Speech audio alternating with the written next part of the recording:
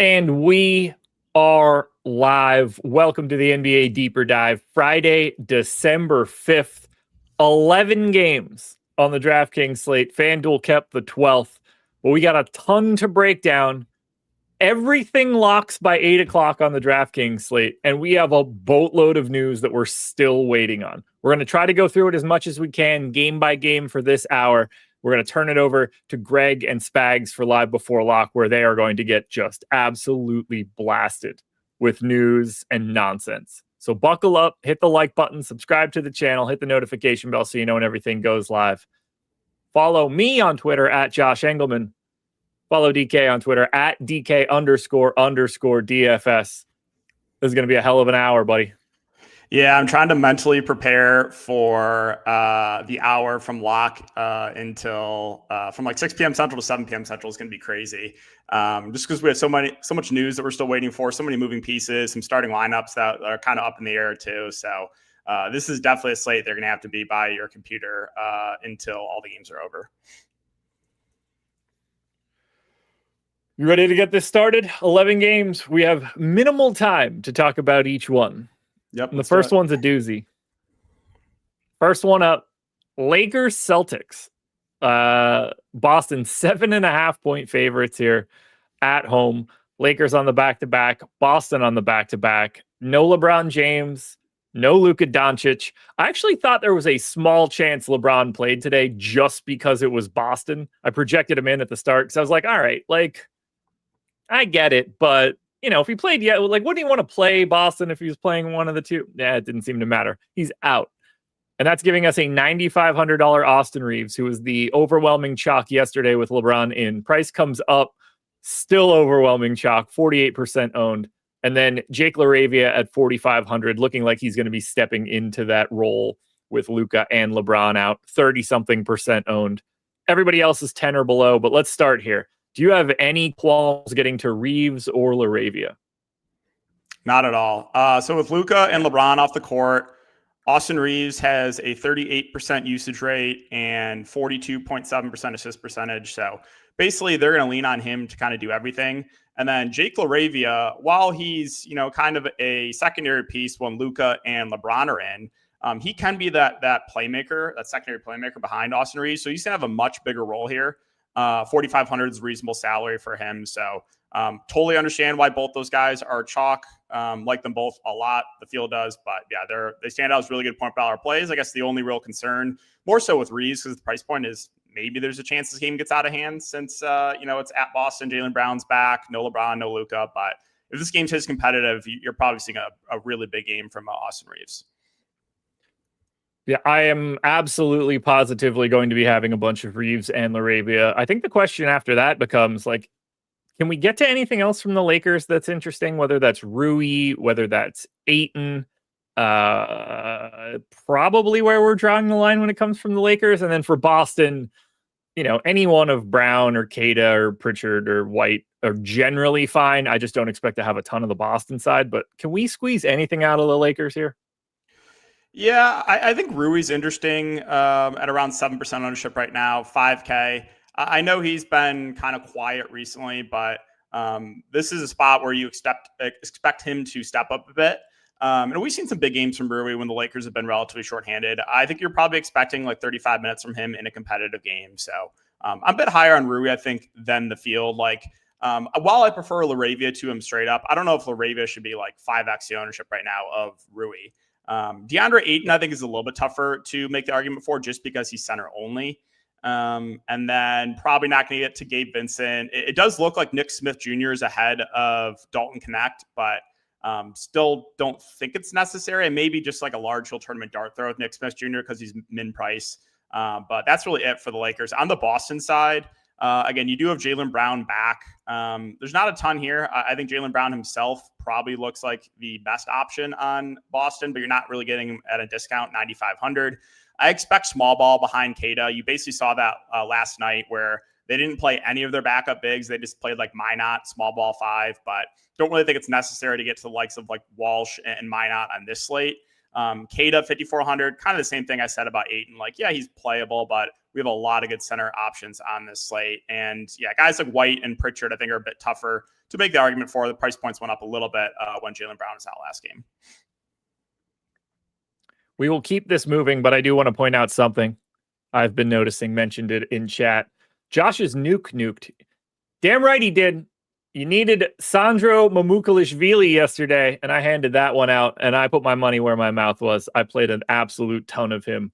Petered out in 30th last night in the 4-point play. Needed that shot to not go in from Rui. I needed those three guys to get at Barnes, Mamu, and Reeves left. But yeah, shout out to Mamu. I finally got a nuke right. It had to happen eventually. I also played Mamu. It was a little bit tilting his start. He started like 0 of 5, and I was like, no way. Yeah. But then he picked it up in a big way. Sure did. He had like a Euro step take, and I was just like, oh, shoot. And then he like coughed it up, caused an offensive foul, like stumbled. I was like, fuck, here it comes. But it all got a little bit better. We move it on to Miami and Orlando. Magic are 5.5-point favorites here. We had just an overwhelming amount of news for this game. It has hashed itself out at this point, but no Tyler Hero. And then like a billion dudes that are now available instead of out or probable or whatever it is. But Powell available, Larson available, Wiggins available, Jaquez available, Jovic available. Just no Tyler Hero in this case. And then on the Orlando side, welcome back Paolo Banchero. He is in for this one. 10% ownership to Norm Powell. Nothing else really going on in this game. Obviously, Miami plays at a great pace. Orlando, a little bit less so. And they're integrating Paolo. I assume if we're getting to anything here, it's coming from Miami. Yeah, I think it's kind of tough to get to the Orlando side just because a lot of these guys are priced up from when Paolo was out, and now Paolo is back. I don't think we can get to Paolo himself. I'm expecting a limit probably in the mid-20s or so. But yeah, it makes it tough to get to the likes of Bane, Suggs, and Franz. Not like one of those guys can't have a good game, but they're already priced way up. Like if I had to play someone on Orlando, it probably would be Wendell Carter Jr., but he's one of like 30 centers that look very similar. On the Miami side, again, no Tyler Hero. We do have Norman Powell available. Right now looks like Powell and Wiggins are the two getting the most ownership. 6,600 for Powell, 6,300 for Wiggins. I think both those guys are fine secondary plays. Don't really stand out. Keep an eye on the starting lineup. I think they're going to go with Larson, but there's an outside chance they go to Khalil Ware just to throw Bam at Paolo and then have Ware guarding the big. So I think there's a chance that they do that. But yeah, I don't think there's a ton else here. Bam, I think there's other guys in that price range I'd rather get to than him. Jaquez feels priced right. Again, Miami going to run a pretty consistent rotation. But yeah, just keep an eye on the starting lineup. For the most part, I think it's going to be Larson, but there's an outside chance that they go double big here. Yeah, that wouldn't surprise me, just given this matchup. I just don't see, Miami guys are basically priced correctly, and they get a shit matchup against Orlando. Orlando guys are all overpriced, even in a good matchup, but now we get an extra guy back. This is just a game that I really don't want a ton of. If I'm getting anything from it, I just want it to be one of the guys that play, whether it's Powell, Bam, Bane, sure. I guess that could happen. I certainly don't need Banchero for today, but my expectation is that this is one of the least exposed games for me. It's certainly the case for the public. And not to mention, I'm fully expecting to have to make a shit ton of late swaps at 7:30 and at 8 o'clock. And if that's the case, I would really prefer to not have pieces of this game. So I think we can move it on from here and get to way more interesting stuff, because there's some spots that we're really going to get into it. This isn't one of them. Denver and Atlanta is up next. Nuggets are 5.5-point favorites in Atlanta. For Denver, it's mostly business as usual. We are waiting on a Q tag for Spencer Jones. That will create a little bit of value if he ends up out, but it's not like he's the least important starter that could be questionable. And then for Atlanta, Jalen Johnson questionable, Kristaps Porzingis questionable. Allegedly, they should be playing today. But what have you dug into on the Hawks side? Because that's obviously the most important thing right now. Yeah, so I'm a little bit unsure. I think I'm a little bit with the Hawks. So they called up Dante from the G League. He wasn't available in their most recent game. And I saw Porzingis and Jalen Johnson were getting shots up at the end of shoot around, but I don't know if they like fully participated. And so I don't have like a super strong lean. I would say I'm a little bit more confident that Jalen Johnson plays than Porzingis. Porzingis, if he does play, I think would be on a limit, and there's a possibility he comes off the bench. So this is pretty big news because that could open up a lot for Atlanta if one or both those guys get ruled out. The problem in this game is that if both of those guys are in, no one is getting owned. It's 6.7% ownership to Peyton Watson. Everybody else is below that. We don't really have a ton of value yet to get to someone like 12-9 Nikola Jokic. It is a 7:30 start, so you could realistically swap into him. But you want to get to Jokic here? Like if Porzingis is in and they have Porzingis and a Kongwu, that's like not the look, it's Jokic. It doesn't matter what the matchup is, but like, that's not great. What do we do here? Because the 238 total in this game looks amazing, but the pricing doesn't. Yeah, that's kind of the issue is really the pricing, especially on the Denver side, right? Jamal Murray at 9K, I think it's really hard to make the argument for him. Jokic at 12.9, I think you can get to if you can find enough value that you're comfortable with on this slate. Again, Spencer Jones, we are still waiting on the status of him. He's been starting and playing decent minutes. If he gets ruled out, you're probably going to see a little bit more run for guys like Hardaway and Bruce Brown, but like it's not like those guys are really cheap either.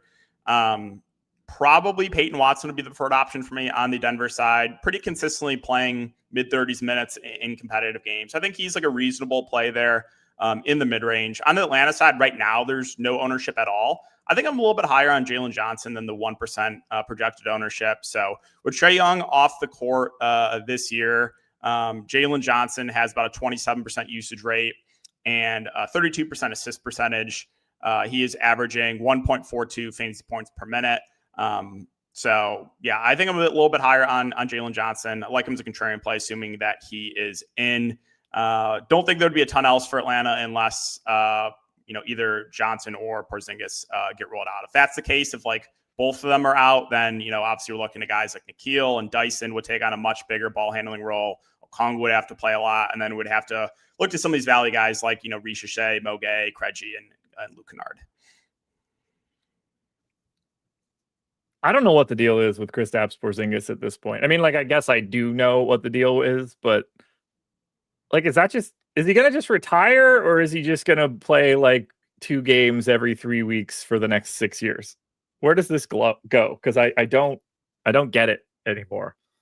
Yeah, like it's going to be pretty tough to get to Atlanta unless we get some of that news. And I do like the shout for Jalen Johnson. I like ultimately you are paying up to be contrarian to get to him today, especially on a day with very minimal value. But like if Atlanta just is in this game or wins this game, Jalen Johnson's probably going to have something to do with it. And I think the 27% boom rate stands out here. We're talking about a quarter of the time that he's going to be hitting a score that you're like pretty happy to have at no ownership. It's tough to make it fit for an optimal, but remember, in NBA DFS, especially on an 11-game slate, not only do you not have to be optimal, but you don't even have to be remotely close to it. Like the optimal lineup today will probably be like 20 points clear of what the actual tournament winning lineup is, because so many guys that are unowned just end up being the like value plays you need. You can't play those dudes because they suck pre-lock. Either way, I'd like to get to Jokic. I doubt that I do. I guess I could look right now. If I take my 50 best lineups, do I have any Nikola Jokic? My guess is no. That would be the correct answer. No. I can handle that.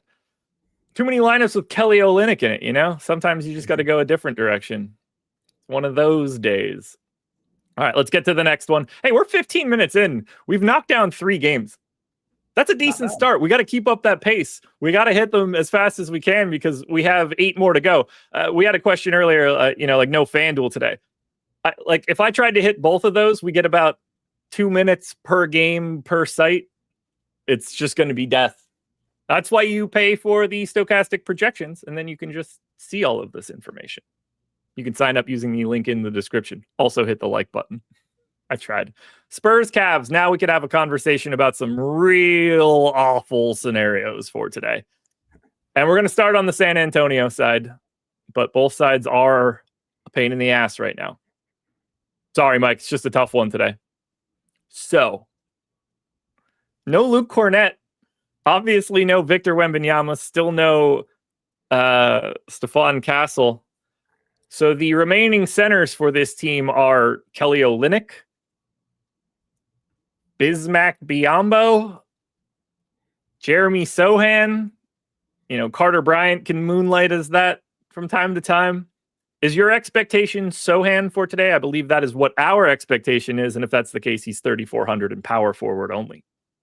I do lean right now that it's Sohan, but I think there's three viable options. I think Sohan or Kallio are the most likely, but I also think it's in the range of outcomes that San Antonio trolls here and just like dusts off Bismack Biyombo and gives him the start. And if that happens, so that's what I put in to start the day. The moment that Cornett got ruled out, I put Bismack Biyombo in the starting lineup for 14 minutes. Now, regardless of how this shakes out, that's kind of how many minutes I think he's going to play, either way. But I don't know what they're going to do here today. They typically do dumb shit like that. Yeah, so I think it's definitely possible. I would say maybe 20% chance it's Biyombo. If that happens, I think it just makes it a lot tougher to try to project the front court minutes for San Antonio. I still wouldn't really have much interest in Biyombo himself. I think it would be more of a spot start, like you said, maybe 15, 20 minutes max. For beginning of the first quarter, beginning of the third quarter type shit. Yeah, exactly. Yeah. But if it is one of Sohan or Kelly Olynyk, then I'm way more confident in both of their minutes. They already project well, but I would have a lot more confidence if they do go to either Sohan or Olynyk in the starting lineup. Yeah, and while I did make that move to start the day, I will be moving forward, making sure that I don't get Biyombo unless we get news, and that I only get Kelly Olynyk. Because if it happens to be Biyombo and we get weird news like, oh, Kelly Olynyk's not playing, like he didn't in their last game, then I can just swap, because no matter what, I can get from a $3,200 Olynyk to a $3K Biyombo, if that's what has to happen. But I'd rather just have Olynyk and deal with it later than try to do the complicated reverse thing and find an extra $200. That said, Kelly Olynyk is 55% owned as a $3,200 center. Jeremy Sohan's 35% owned as a $3,400 power forward. I have two questions. One, do you like them both? Two, do you like one more than the other? Because I think they're an interesting talking point on their own.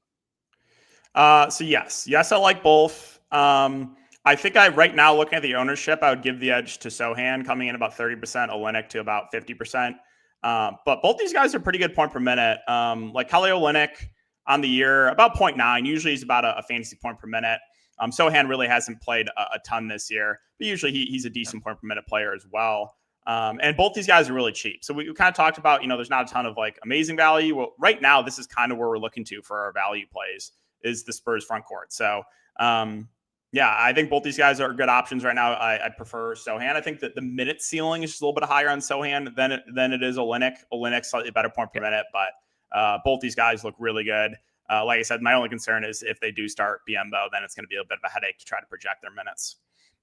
Yeah, this is one of those situations. I can't remember which day we talked about it. Maybe that was yesterday with Eric. I think it was. I would want to bump up the variance of Olynyk, Sohan, and Biyombo, and to a lesser degree Carter Bryant before I ran the Sims, because the actual expected minutes for these guys, the range is massive. You could tell me that Sohan plays 12 or 30 today, I'd believe it. You could tell me Olynyk gets upwards of 28 today, I'd believe it. He could also not play at all, and it's just Sohan, Biyombo, and Bryant. All of those options are on the table to me. So I want to treat that like it has more variance. So that's the San Antonio side with their heavy chalk. We're also getting ownership to Harrison Barnes, Keldon Johnson, Dylan Harper. All that seems fine to me. They're a little shorthanded. You want to get to those pieces, I think it makes sense. But we don't stop on the San Antonio side. Evan Mobley got added to the injury report in the afternoon. We already don't have Darius Garland, Jared Allen, Larry Nance, Max Strus, Sam Merrill, and Tyrese Proctor. Do you have any leans on Evan Mobley? Because if he is out, that's a massive change. I don't really have a lean on Mobley. I think right now I'm basically 50-50. It feels like he's out just based on the way that it got added. Illnesses are weird. I never trust it. If they weren't on a back-to-back, I think it'd be interesting, but they are at home tomorrow against Golden State. Like, obviously, Cleveland doesn't care if they beat San Antonio or Golden State. They're too west. Like, none of the outcome itself doesn't matter. But if he's sick today, like, he's playing both of them if he can. Feels like he sits today if it's enough. But I could also see a scenario where they just got popped for $100K for not listing injuries properly, whatever, a week or two ago, whenever that was. Evan Mobley is one of the guys that you have to list no matter what. There are certain players on all of these teams where, like, you don't have to, like, the rules don't matter for most of the league. Evan Mobley is one of the guys where it matters. So this could just be diligence of them not wanting to cut another check, and they're just putting him on there and being smarter about it. But if let's just talk about it. If he's in, Donovan Mitchell's 25% owned, Lonzo's 15, Mobley's 10. You still get a little bit of Hunter and Tyson. How do you feel about the Cavs if Mobley plays? Yeah, so I guess we'll start with Donovan Mitchell. Right now, he's getting the most ownership, about 25%. I think that makes sense. Like the matchup a lot from highest usage guy in the team, the guy with the highest ceiling. So I think that's totally fine. I am, though, if Mobley plays, I am much higher on him than the field. Right now, he's only projected for 10% ownership.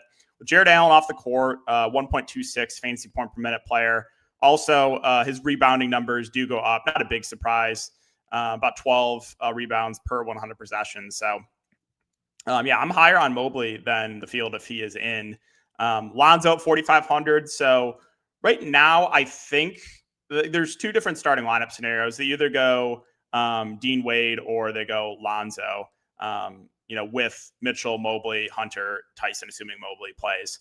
So if Lonzo starts, then I have a lot more confidence in him. Like, we did see him get a start 3 games ago. He played 34 minutes. So, like, if Lonzo does get a start, I think that I would be a lot more confident in his minutes. If he comes off the bench, I think you're probably expecting, like, mid-20s.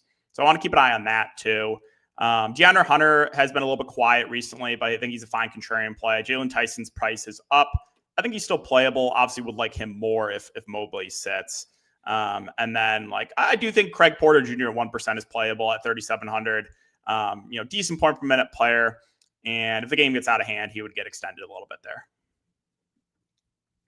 There is no player on the slate right now that I am more over the field on than Evan Mobley. So I appreciate you shouting out how you like him more.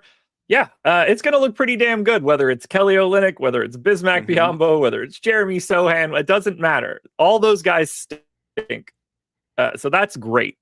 I would like Evan Mobley to just play so I could play a bunch of Evan Mobley. But we need to talk about what happens if Evan Mobley doesn't play, because that is a massive, massive swing piece here. I'm just going to pull this up so everybody can visualize it right now. We would lose Evan Mobley. The only remaining bodies that I can tell for this team so you'd have, let's just say it's Lonzo, Mitchell, Tyson, Hunter starting. You have Craig Porter Jr., a guard. You've got Luke Travers, a wing. You've got Chris Livingston, a wing. Dean Wade can approximate a center from time to time. Certainly in this matchup, Dean Wade will likely play a bit of the 5. We're going to get Thomas Bryant, right? Like, Thomas Bryant is just going to be the best value on the slate if Mobley's out. Am I crazy? I think he would be an okay value play. So I think, I guess, what do you think the starting lineup would be if Mobley sits? Mitchell, Hunter, Tyson,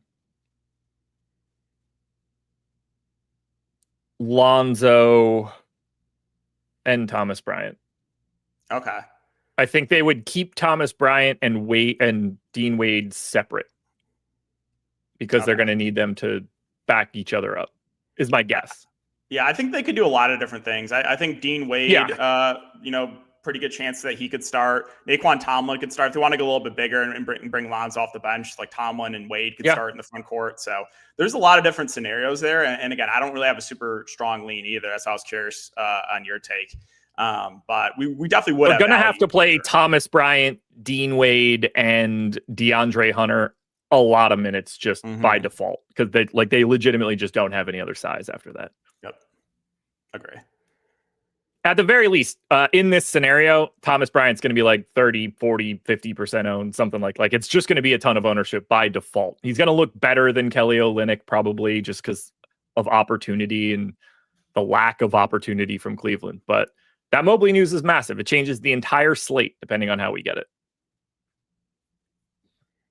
Fun stuff today. But yeah, Thomas Bryant's 3,300. We got him projected for 11.4 fantasy points right now. I was reading Tomlin's line for some reason. Yeah, you give him 8-9 more minutes, and he's just going to be right up there next to Kelly Olynyk. There's going to be a lot of value in this game. This is one of, if not the most important games on today's slate. Ooh. Anything you don't like in this game that people are getting to? Because we do have a lot of ownership here, but I'm fine with any Barnes or Keldon or Dylan Harper. I mean, Barnes, Keldon, Harper, those guys are kind of secondary plays to me. The minutes on Harper have ticked up a little bit. I think he played 22 minutes last game. He's a pretty decent point per minute player. So he's fine. Keldon, Barnes are just kind of secondary plays.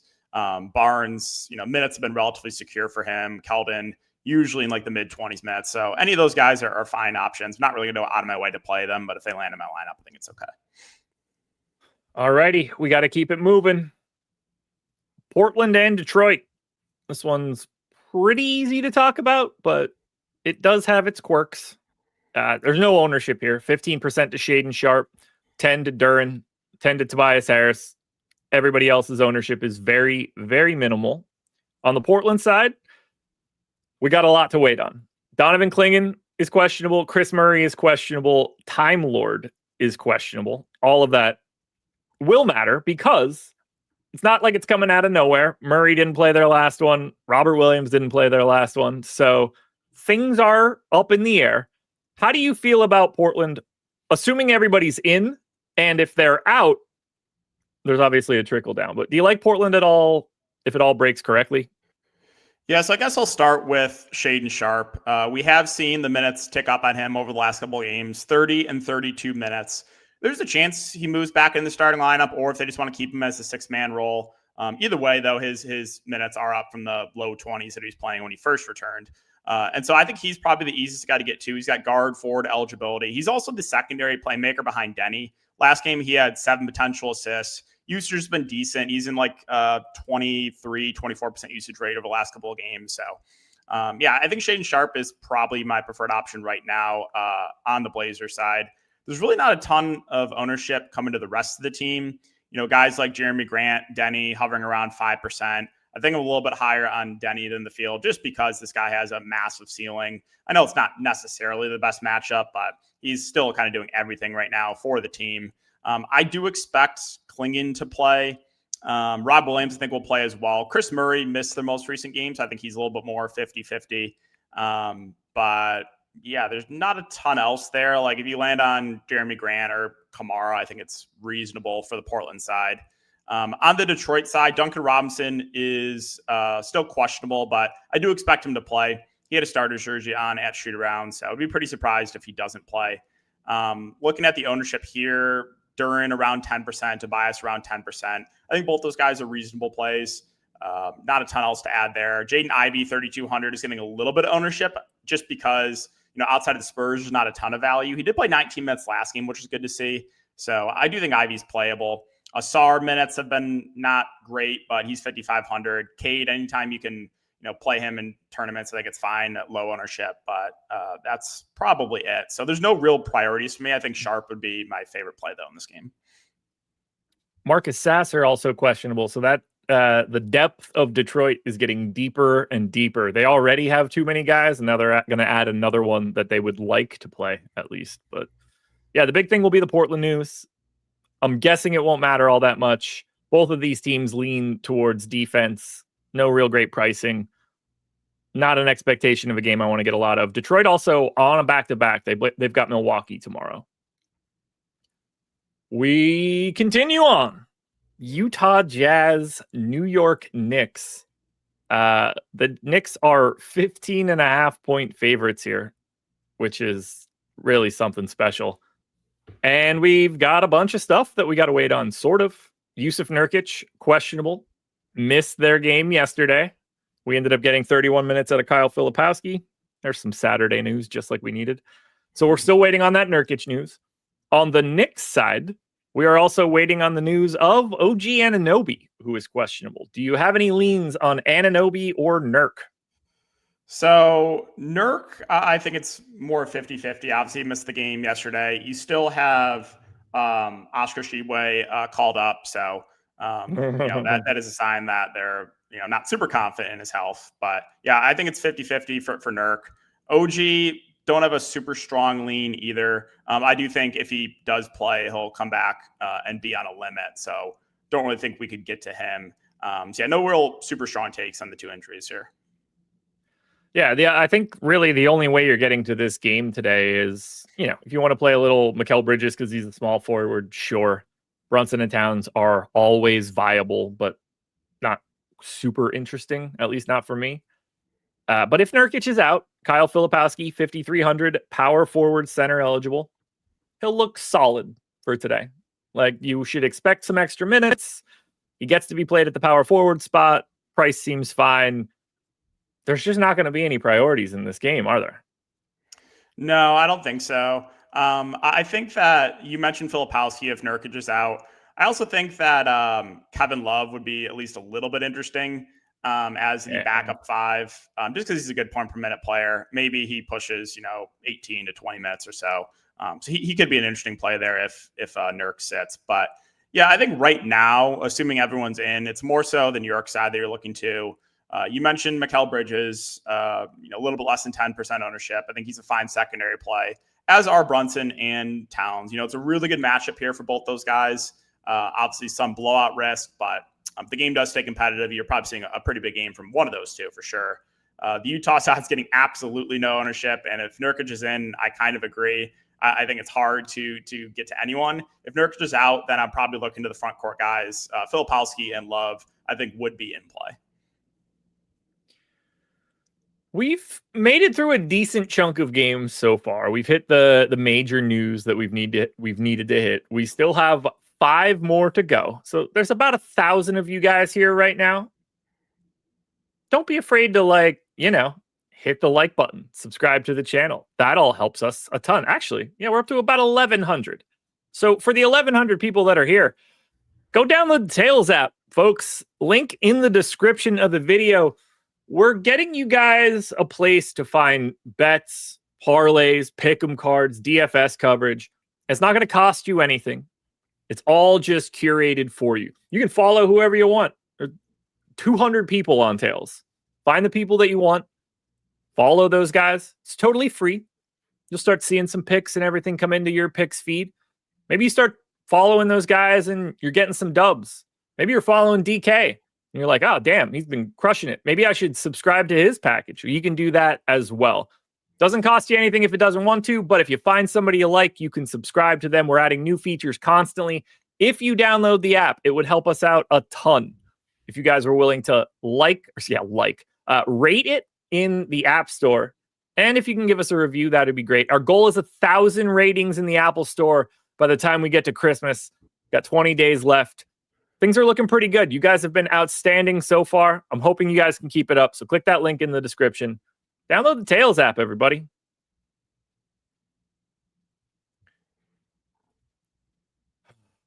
Charlotte and Toronto. Toronto 7.5-point favorites here. We do have some news that's already happened in Charlotte. We also have some news that we are still waiting on in Charlotte. So Ryan Kalkbrenner is questionable. Colin Sexton is out.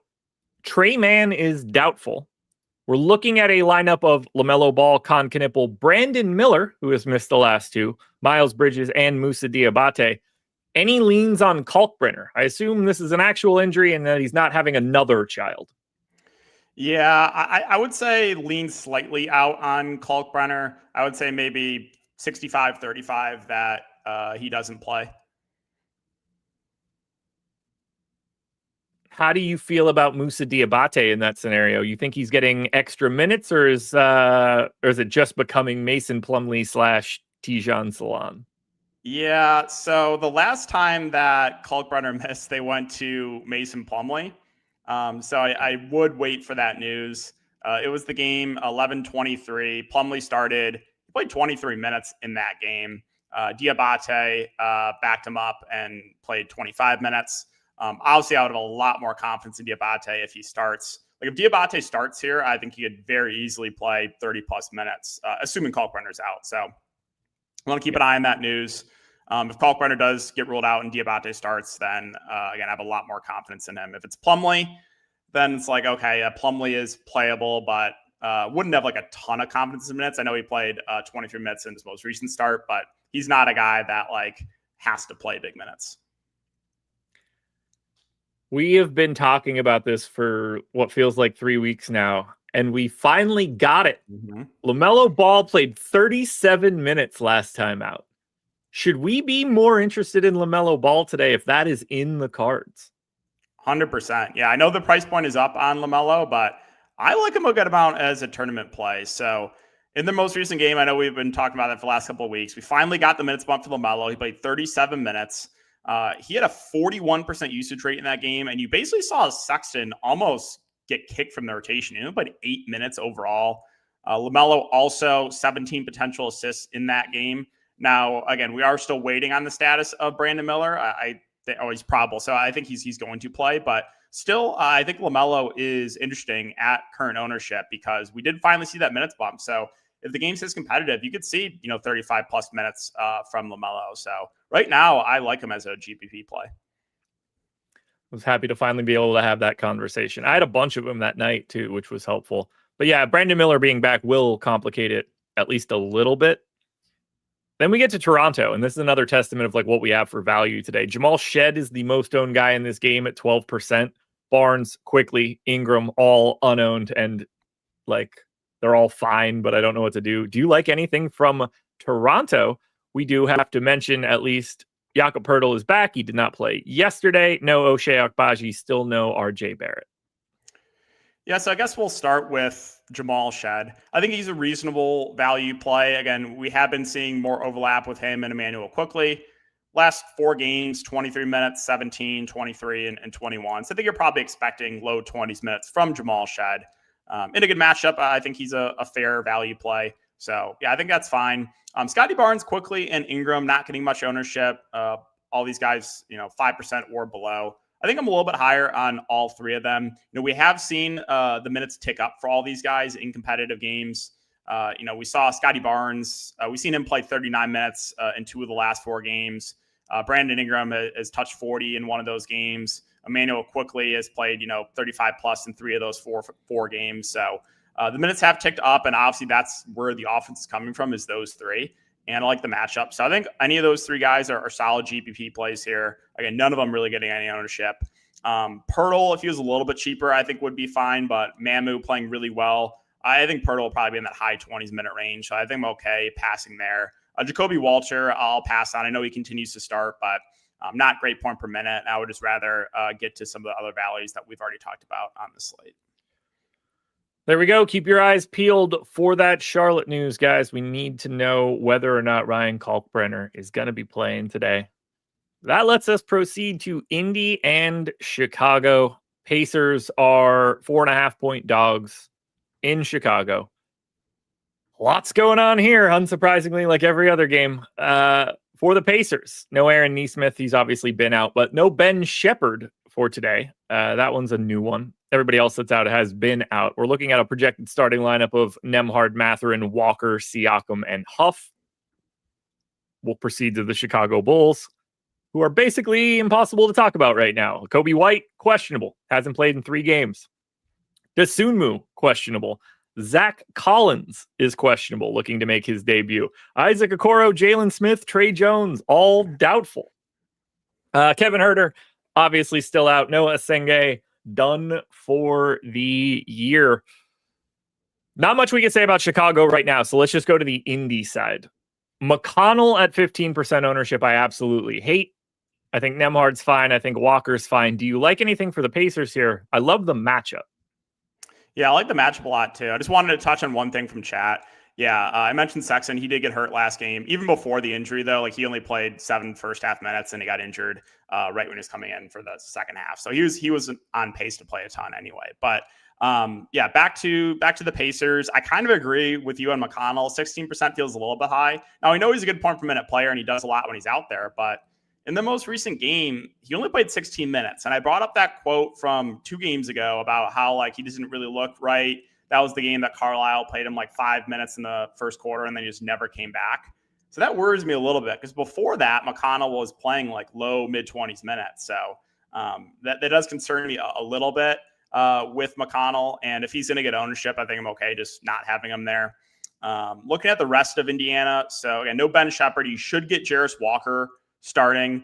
Jarris Walker is not going to be like a super high usage player playing alongside these other starters, but he's a guy that can contribute in a lot of different ways. Again, not a lot of amazing value. I do like the matchup, so he's viable for sure. Nemhard, Mathurin, and Siakam all around 10% or so.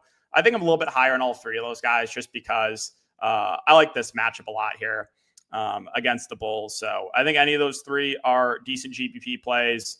Nemhard, obviously the primary ball handler. Mathurin's minutes been a little bit up and down, but he's the guy that should lead the team in usage. And Siakam, obviously a guy that can do a little bit of everything. So I think any of those guys are fine plays.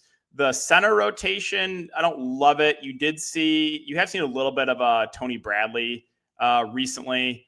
So that concerns me about the minutes of guys like Huff and Isaiah Jackson. So not as confident in playing one of those. Like if I had to play someone, it probably would be Isaiah Jackson just because of the price point, but don't have a ton of confidence right now in the minutes. And then, as you mentioned, like Chicago is really hard to talk about with just so many questionable tags. If a lot of these guys end up out, then like Giddey, Vooch, Buzelis, they're probably gonna have to play a ton and would be good plays. But yeah, we had to keep an eye on that news because that's very important right now for the slate. Did you see anything today that has you with any sort of leans on White or Dosunmu? Nothing. No real super strong takes on either of those guys. Yeah, I don't know what to trust here. I think you need them both out to like really want these dudes, but if it's just one of them, like we'll start knocking on some value of like Javon Carter type dudes, maybe. Yeah, and Giddey will certainly look a lot better. I think if they're both out, then like definitely Carter would be in play because he's 3.6K. Pat Williams, I think, would be interesting. You would see like Dalen Terry and Julian Phillips play more. I still don't know if I would want to get to either of those guys, but like some of this Bulls value would be in play if both those guys sit. So keep your eyes peeled on the Chicago game. Probably not going to know this stuff until we get past lock, but we have a lot of news for Chicago that is incredibly important today.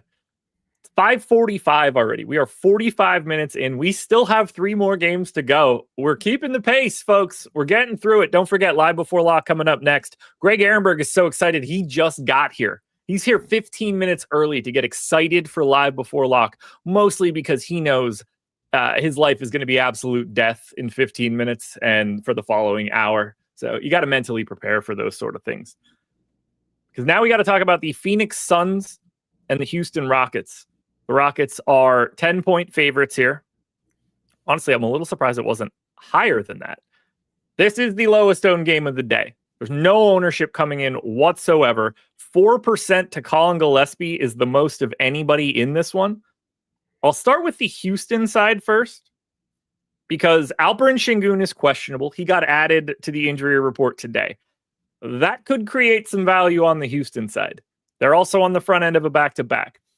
Phoenix, on the other hand, has the big piece of information for today that Devin Booker's now is out today, and he's been in the whole year. So we don't get the Devin Booker experience. I like Phoenix way more than the ownership is showing. I want to know where you're at right now on the Suns. Yeah, I think the Suns are interesting just because it's not really a good matchup here, but when you take a guy like Devin Booker off the court, like that's just a ton of usage to go around. So like a lot of these guys are going to have to do a lot more offensively. Guys like Brooks, Grayson Allen. You're going to get Colin Gillespie as the primary playmaker. Jordan Goodwin's going to have to play a lot more. So I do think this team is interesting in GPPs with Devin Booker off the court this year. Gillespie's got a 32% assist percentage. So again, expect him to be your primary ball handler. Small sample size, but Dylan Brooks leads the team with 35% usage rate with Booker off the court. I think Dylan Brooks will definitely be chucking when he's out there. So I kind of agree that I have more interest in this team than the ownership. I think my favorite play probably would be Gillespie at 4%. The price point's not amazing, but like he might have to play like 35 minutes in a game like this. Jordan Goodwin, I think is even interesting about 1% ownership. The wings, I think are viable. Probably Brooks being the preferred option. Ryan Dunn, probably gonna have to play a little bit more. So yeah, the Suns team, even though it's really not a good matchup, I think they are interesting tournament plays. Any lean on Alperen Şengün today, which is important information for us? Yeah, I would say maybe a slight lean that he's out just because it was pretty late add to the injury report. It was like 2 p.m., so a couple hours ago. So maybe like 60-40 that he's out. And if he does get ruled out, like that's going to create chaos. This is a late game, and that's going to open up a lot here for Phoenix. I would assume that they would start Steven Adams in that scenario, and then like Adams would be probably your one of the best values in the slate. Yeah. And then, we also have to have the conversation about Clint Capella at 3,600. Mm-hmm. He'll start looking at the very least like your Kelly Olynyk. Now they don't have to use him that much. Like Jabari Smith is more than capable of being the 5. I mean, realistically, like so is Kevin Durant in a matchup against the Suns. Can we have that conversation right now? Any revenge narrative Kevin Durant shit here? 2% owned? Yeah, I think KD's interesting. I think Amen Thompson's interesting. Obviously, those guys benefit more if Şengün doesn't play. So, I think the price point's fine. I think he's viable in tournaments. I think, looking at the ownership, I would rather be above that than below it. So, I think he's a totally reasonable play. Does have guard forward eligibility as well. What a weird one. Yeah, obviously that Şengün news is going to be massive. OG Anunoby game time decision, so that information is meaningless. That's the same thing we knew before. Yeah, I'm just intrigued by this game has so little ownership. I'm at least intrigued in random pieces. I think it's a game that I would like to have a bunch of at lock, and whether or not I have it by the time the game starts, I don't care. But like, this is a spot where I don't mind parking some ownership and then seeing where it ends up as we go. But we'll see. 2 to go. Clippers, Grizzlies, coin flip game, 223 total is pretty unappealing. And for this game, it's, I don't know, I guess one of the least interesting games that we have, given the fact that, at least from an injury report perspective, the Clippers are exactly what they typically are. For the Grizzlies, they're what they typically are, all the same guys that are out. So these guys are just sort of playing the same rotations and things that they've done recently. We're getting 10 to 15% ownership to Harden and Leonard, and then nothing else to everybody in this game. I've got a bit of James Harden. I've got a bit of Kawhi right now. How do you feel about this one?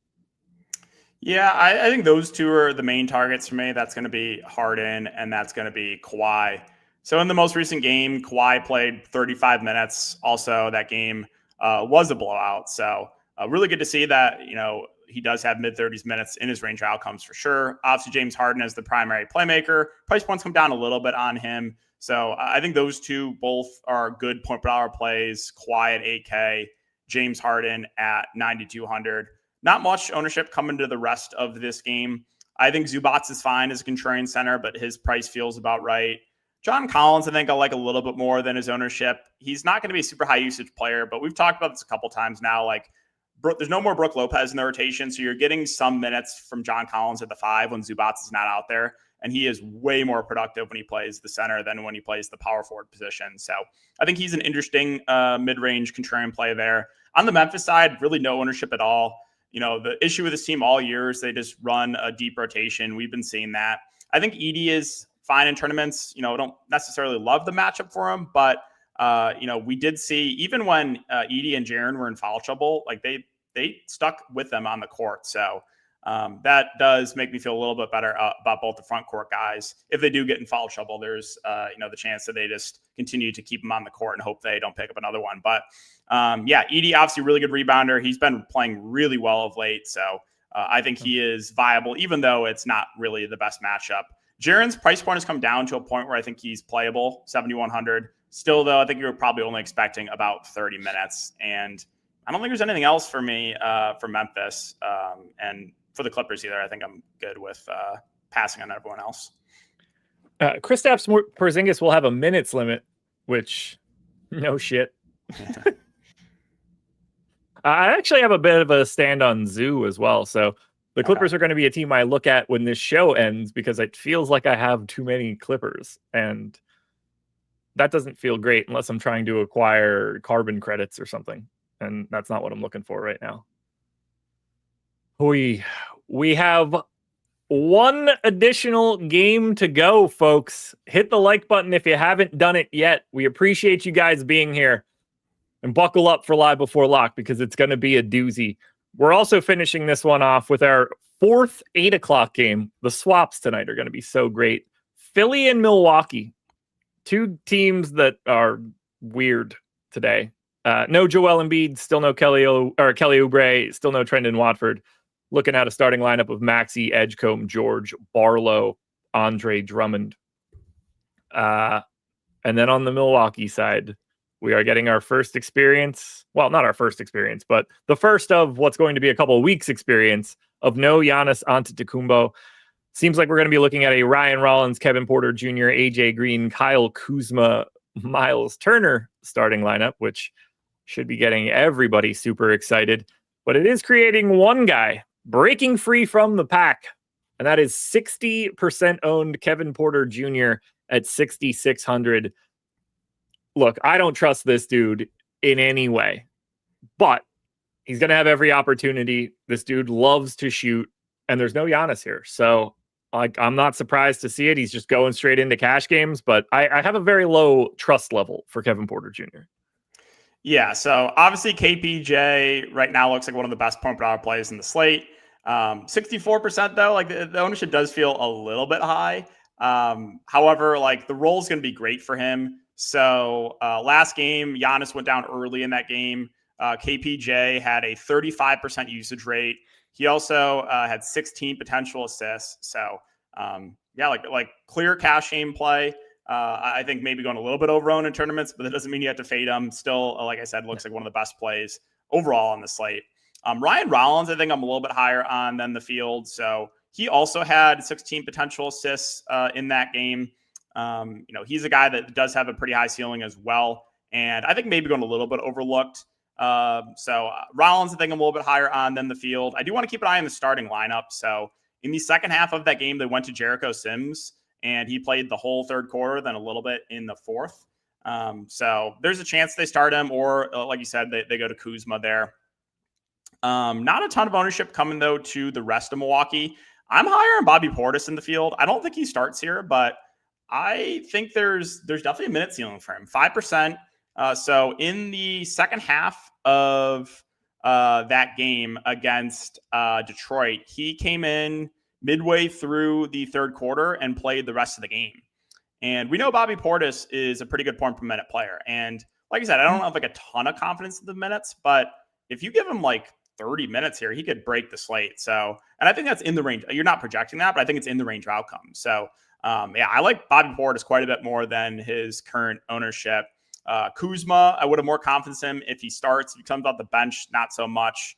So, overall, I think Milwaukee, pretty interesting tournament team with KPJ basically the only one getting ownership.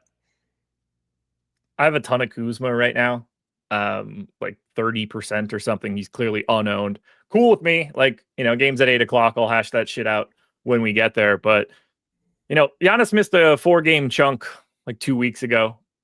Now, obviously, KPJ was still out at that time, so that does change like the optics of the team. But 38 minutes, 16 minutes, 27 minutes, and 29 minutes in those 4 starts.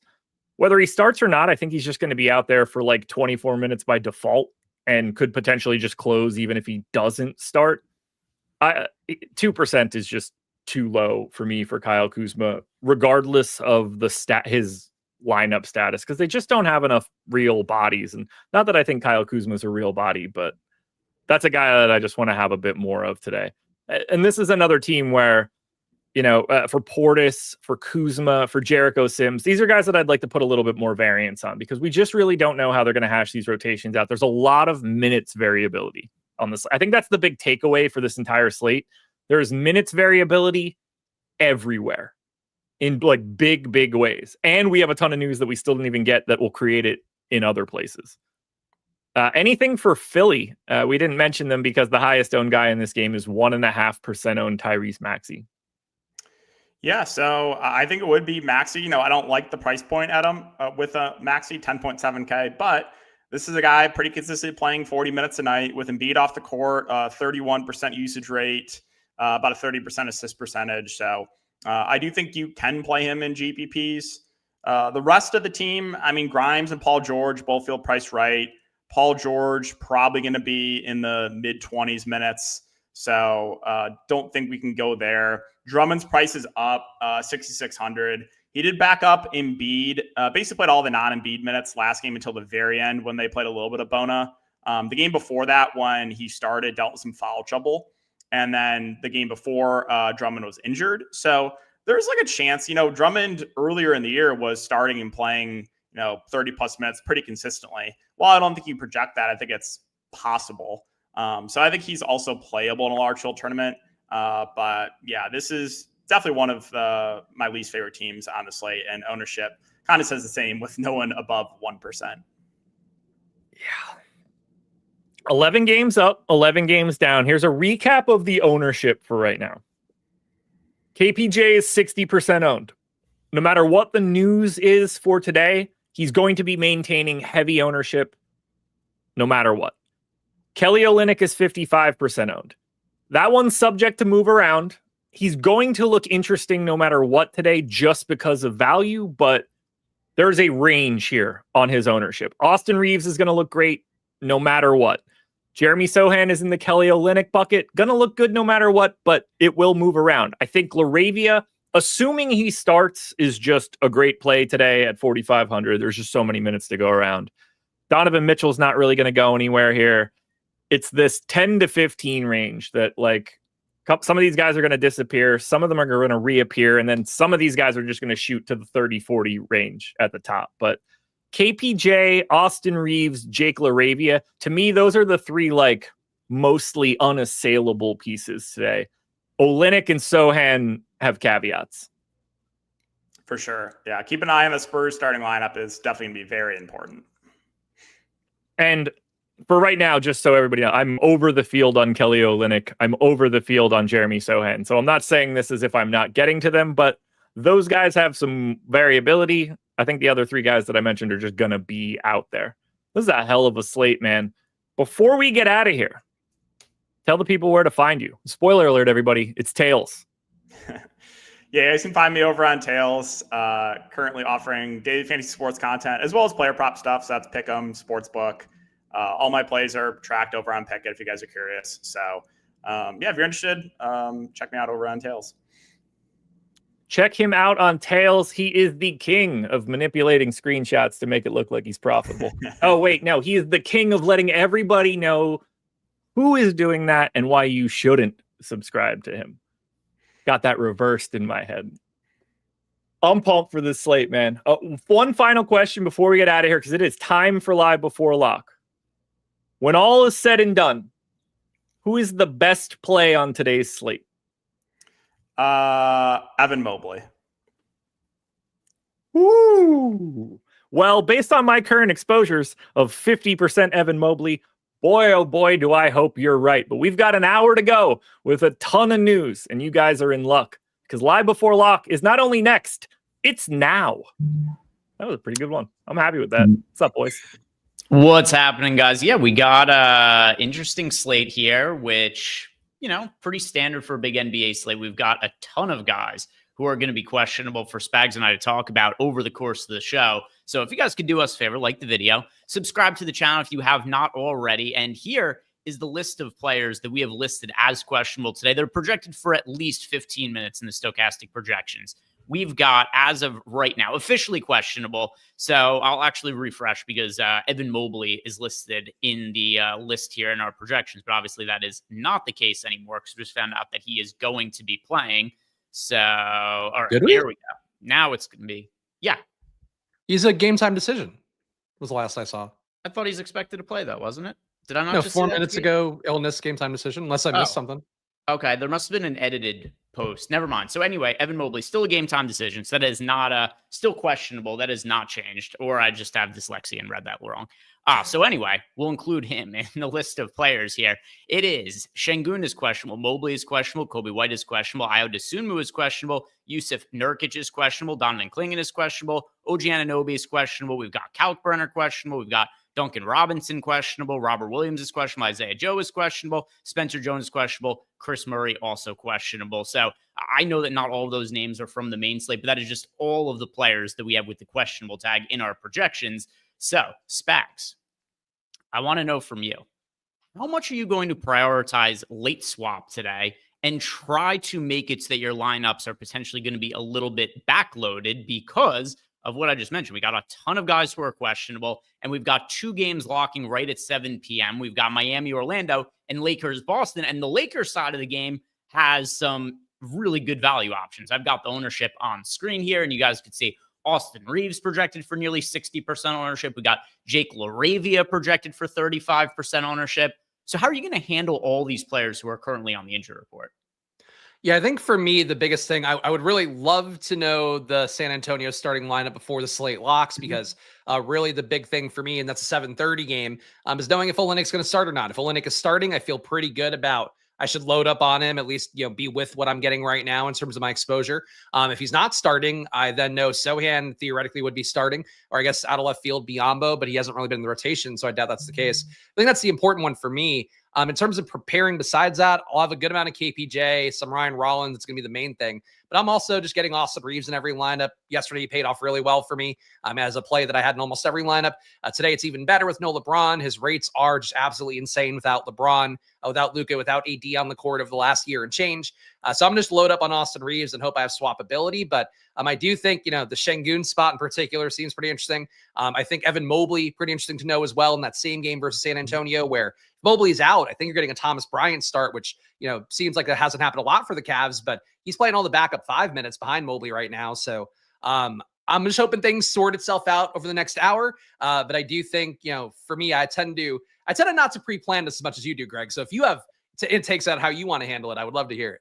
Yeah, I am. I'm definitely a bit of a planner for myself. And for what it's worth, we have seen Evan Mobley miss 1 game this year. It came on November 12th, but it's not even the most fair comparison to draw any conclusions from, because Jared Allen was in that game. Donovan Mitchell was also out. You also had Darius Garland out that game. Jalen Tyson was out. So there's a bunch of pieces that were missing from that game, which kind of makes it hard for me to really pull any kind of strong conclusions about who might start or come off the bench, with the scenario just being so much different from that November 12th game. But anyway, here's the way that I'm currently looking at the slate, Spags. It's nice that all the games are starting in pretty tight succession on the DraftKings. I know the FanDuel slate has the 9:30 game that also has Isaiah Joe questionable amongst the guys that I listed before. But here's the way I'm looking at the start. The Lakers pieces I can't get away from. Like, I'm just looking at my current exposures right here. I've got 40% of Jake LaRavia, and I've got 70% of Austin Reeves right now. So with that in mind, like, these are guys who I'm not going to be able to get away from. But I look at some of the earlier players that are also at 7 o'clock. So talking Miami, Orlando, and Boston guys. I don't think there's anybody that I really need of that grouping of players. So what I'm going to be doing is I'm going to be applying a negative ROI boost to all of the players on Boston, Miami, and Orlando. So if say like Jaylen Brown's in a lineup that projects extremely well from an ROI perspective in our sims, it'll still stick in, but in general, it'll thin out some of my exposures to the early games outside of the Lakers, guys. That's what I'm planning on doing right now. And then who knows? We could get all of the news 50 minutes from now, and then you and I are panicking, or our hair is set on fire, and we're just screaming and crying and things along those lines. And then, who knows? Then it's just whatever it is that we could update and get out there. But that's what I'm currently planning on doing. Yeah, I think that makes sense. I mean, look, for me, right, really the earliest games, I mean, I'm getting a lot of Reeves. I don't know what the situation would be where somebody would beat out Reeves in projection for me, which I think is, certainly a little bit of personal choice, a little bit of just defaulting to the data there. But like, Chicago, let's say Chicago lost Kobe White, lost all the Q tag guys. Would Giddey be the same play as Reeves, do you think? Or would you regret having Reeves a ton right now? I guess would be the big question, because I think that's going to be most people's key decision here as the first game that locks. Ooh, interesting. All right, so let's compare our current projections on them. We've right now got Austin Reeves for 55.79 fantasy points.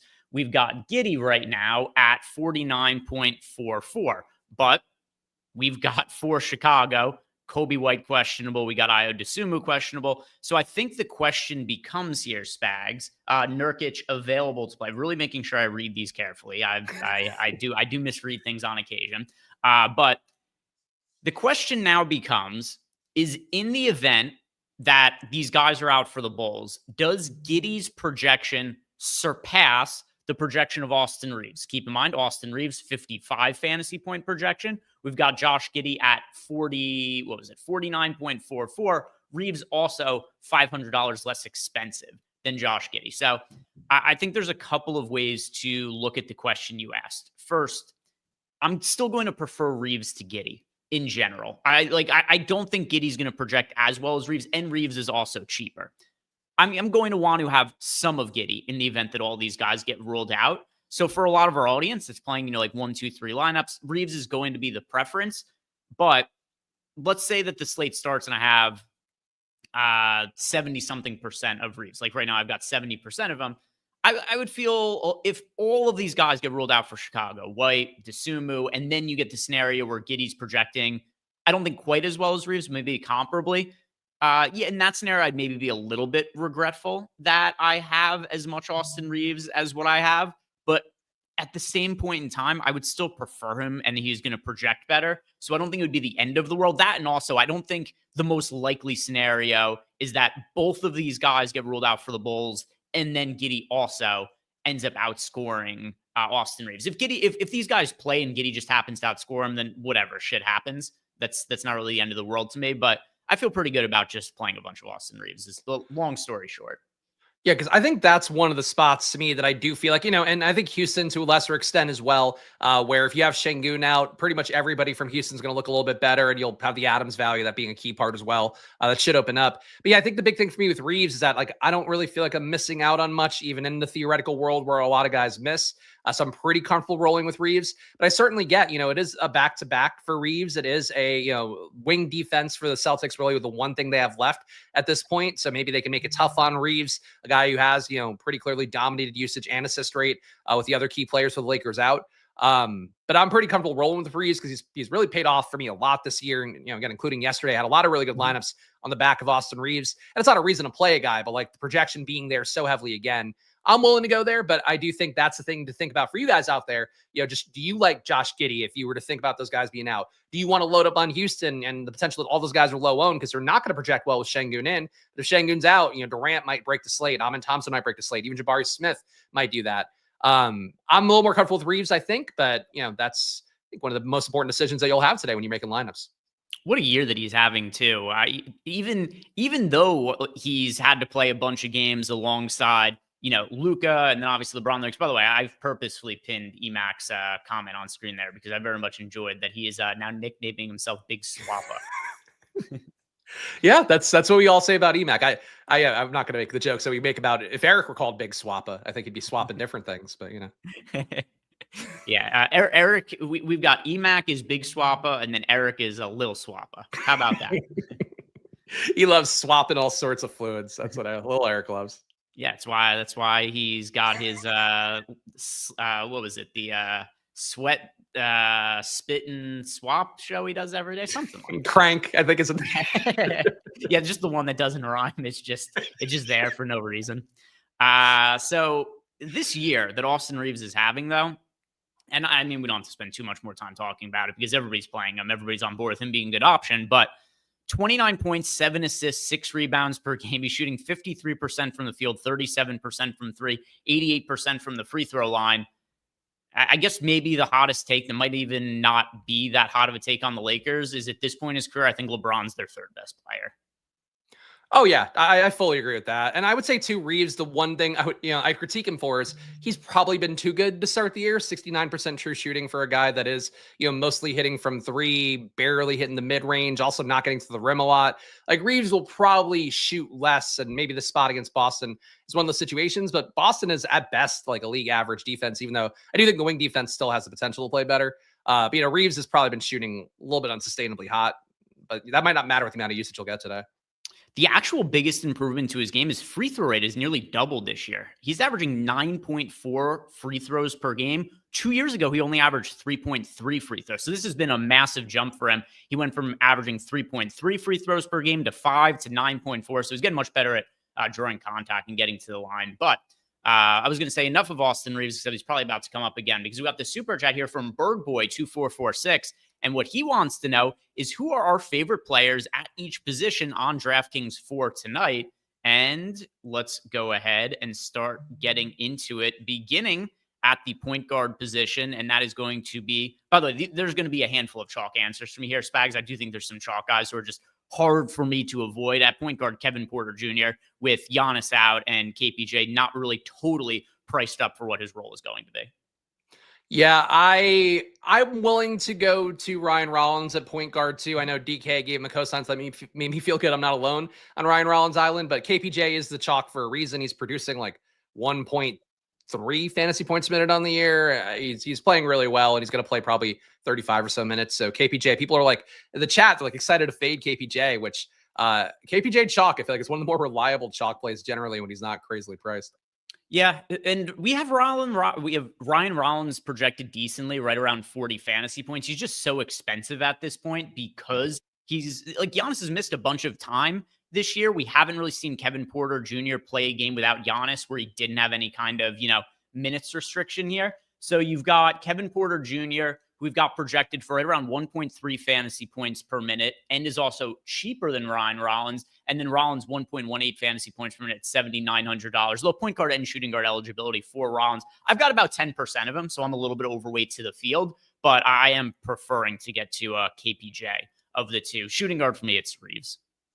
Yeah, I easily Reeves. I mean, I'm going to try to move the numbers a little bit, but I was getting him at 95% of my lineups before the show. Less aggressive, 85. I'm still getting him in almost all of them. And I'm willing to die in the hill of Austin Reeves today at shooting guard. Small forward for me, it is Jake LaRavia. I'm pretty flat at small forward. I'll go DeAndre Hunter here. A little hard to pay up for like if you're trying to do Reeves and Jokic or something if you go with DeAndre Hunter, but I think he's a strong play. It'll look a lot better too if Mobley's out. All right, power forward. LaRavia's got the MPE. Sochan's going to be very chalk. I think it's justified considering what we know right now, but we also don't know exactly what the starting lineup is going to be for the Spurs. There is a contrarian guy, or somewhat contrarian guy, like from San Antonio. Harrison Barnes, just over 10% owned, still fairly cheap at $4,800. So if I'm looking for somebody who could play front court minutes for the Spurs who isn't one of the massively chalky pieces, I'll go Harrison Barnes here to be a little bit different. I was getting a lot of Barnes today too. He does look like one of the top values for me. And the other day when he went for 50, I muted Harrison Barnes in my lineups and I regret it. So I'm sure I'll play a little bit extra Barnes today to try to make up because that's how DFS works. I like Barnes, but to not pick the same guy as you, I'll go Sochan. I think Sochan a decent enough play. If you're still giving Olynyk minutes, I think if Sochan starts, I'll feel a lot better about him getting starter run. Basically, those two guys are backing up recently Cornet at center. So one of Sochan or Olynyk, I'm hoping pays off today. Yeah, so right now, my best guess is that Olynyk starts and Sochan comes off the bench. So with that in mind, I am going with Kelly Olynyk at center because me expecting him to start as of right now, at $3,200 when he's on the court, he's a good fantasy producer. If you're giving starters minutes to Kelly Olynyk, it's impossible for him to not show up in a ton of lineups.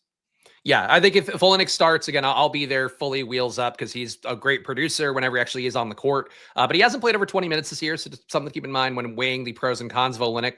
And since you pick Olynyk, I will go, and I guess I pick Sohan for power forward. I'll go Duren at center.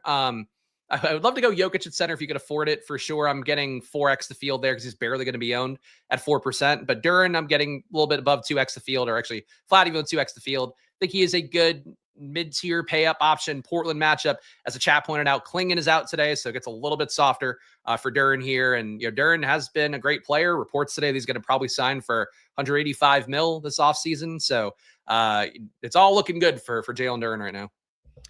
And the same question, but for the FanDuel side of things from Zachary Cooper, top plays on FanDuel by position. Oh, Şengün ruled out. So let's answer this super chat that we have here. And then no. You know what, Zach, we'll get to your question in a second, Zach. The news is a little bit too big. So don't worry. It's not going away. We'll circle back to it. But Şengün, not only, this is perfectly convenient. Not only has Şengün been ruled out, the Rockets were also kind enough to give us their starting lineup: Thompson, Okogie, Durant, Jabari Smith, and Steven Adams. So nothing too crazy in that starting unit. It's nice that we have it confirmed. You never know. They could have gone, small with Reed Shepherd or something like that. There's different directions they could have gone. But in general, we've seen this year, the Rockets do like to play a little bit bigger. So initial thoughts on there being no Alperen Şengün. He got downgraded earlier in the day with an illness. More often than not, that is an indication that those players are going to be ruled out when they're a midday downgrade with an illness. But we have seen a handful of them play this year. But here we've got it. Şengün, oh, by the way, Kobe White in. So there we go. That changes some of that conversation before about Josh Giddey. Dosunmu has bin ruled out, though. But Rockets first here, Spags. What do you make of Şengün being out? I want to pull up some of these on-off court numbers. Yeah, so I actually pulled the rates before the show because I was curious what they looked like. Per minute producers, it's only been about 350 possessions as the max of the Rockets that have played this year without Şengün. And I want to have it for this year mostly because of Durant being in. I think that changes the usage equation around. But Durant's killed without Şengün. And generally, for what it's worth, for people out there that don't watch my streams, I always talk about 1,000 possessions is generally the rule of thumb for rates getting a little bit stickier. So 350, not really where we want to be. But Kevin Durant averaging 1.2 fantasy points a minute, DK points that is, without Şengün on 35% usage, respectable 9% rebound rate, 13% assist rate. Reed Shepherd averaging about 1.2 fantasy points a minute. Jabari Smith, 1.1. Steven Adams averaging 1.25. I still would love to play Olynyk if he's playing. I'd love to get two values there. I think Adams is just a lock button center. I think that relative to the spot, going against Phoenix, where you do have some big men, they don't really play super small. And if you don't have Booker, I don't think you want to go super small anyway. I think that you're just going to get a good amount of run for Adams, and he's producing well enough. He's played well as value when Şengün is in. He'll rip all the rebounds. Has about a 25% rebound rate with Şengün off the court. I think he's the great play today at 4K. Some usage rates. I was actually kind of surprised. It's not that the sample size is massive. It's not insignificant either. You've got, Thompson's played 117 minutes this year without Şengün. You've got Kevin Durant has played 164 minutes without Şengün. Listen to this. Kevin Durant for the year is a 26.9% usage rate. That goes up to 34.1% this year with Şengün off the court. And then Amen Thompson, who is typically not the highest usage guy, but fills up the box score in a number of ways.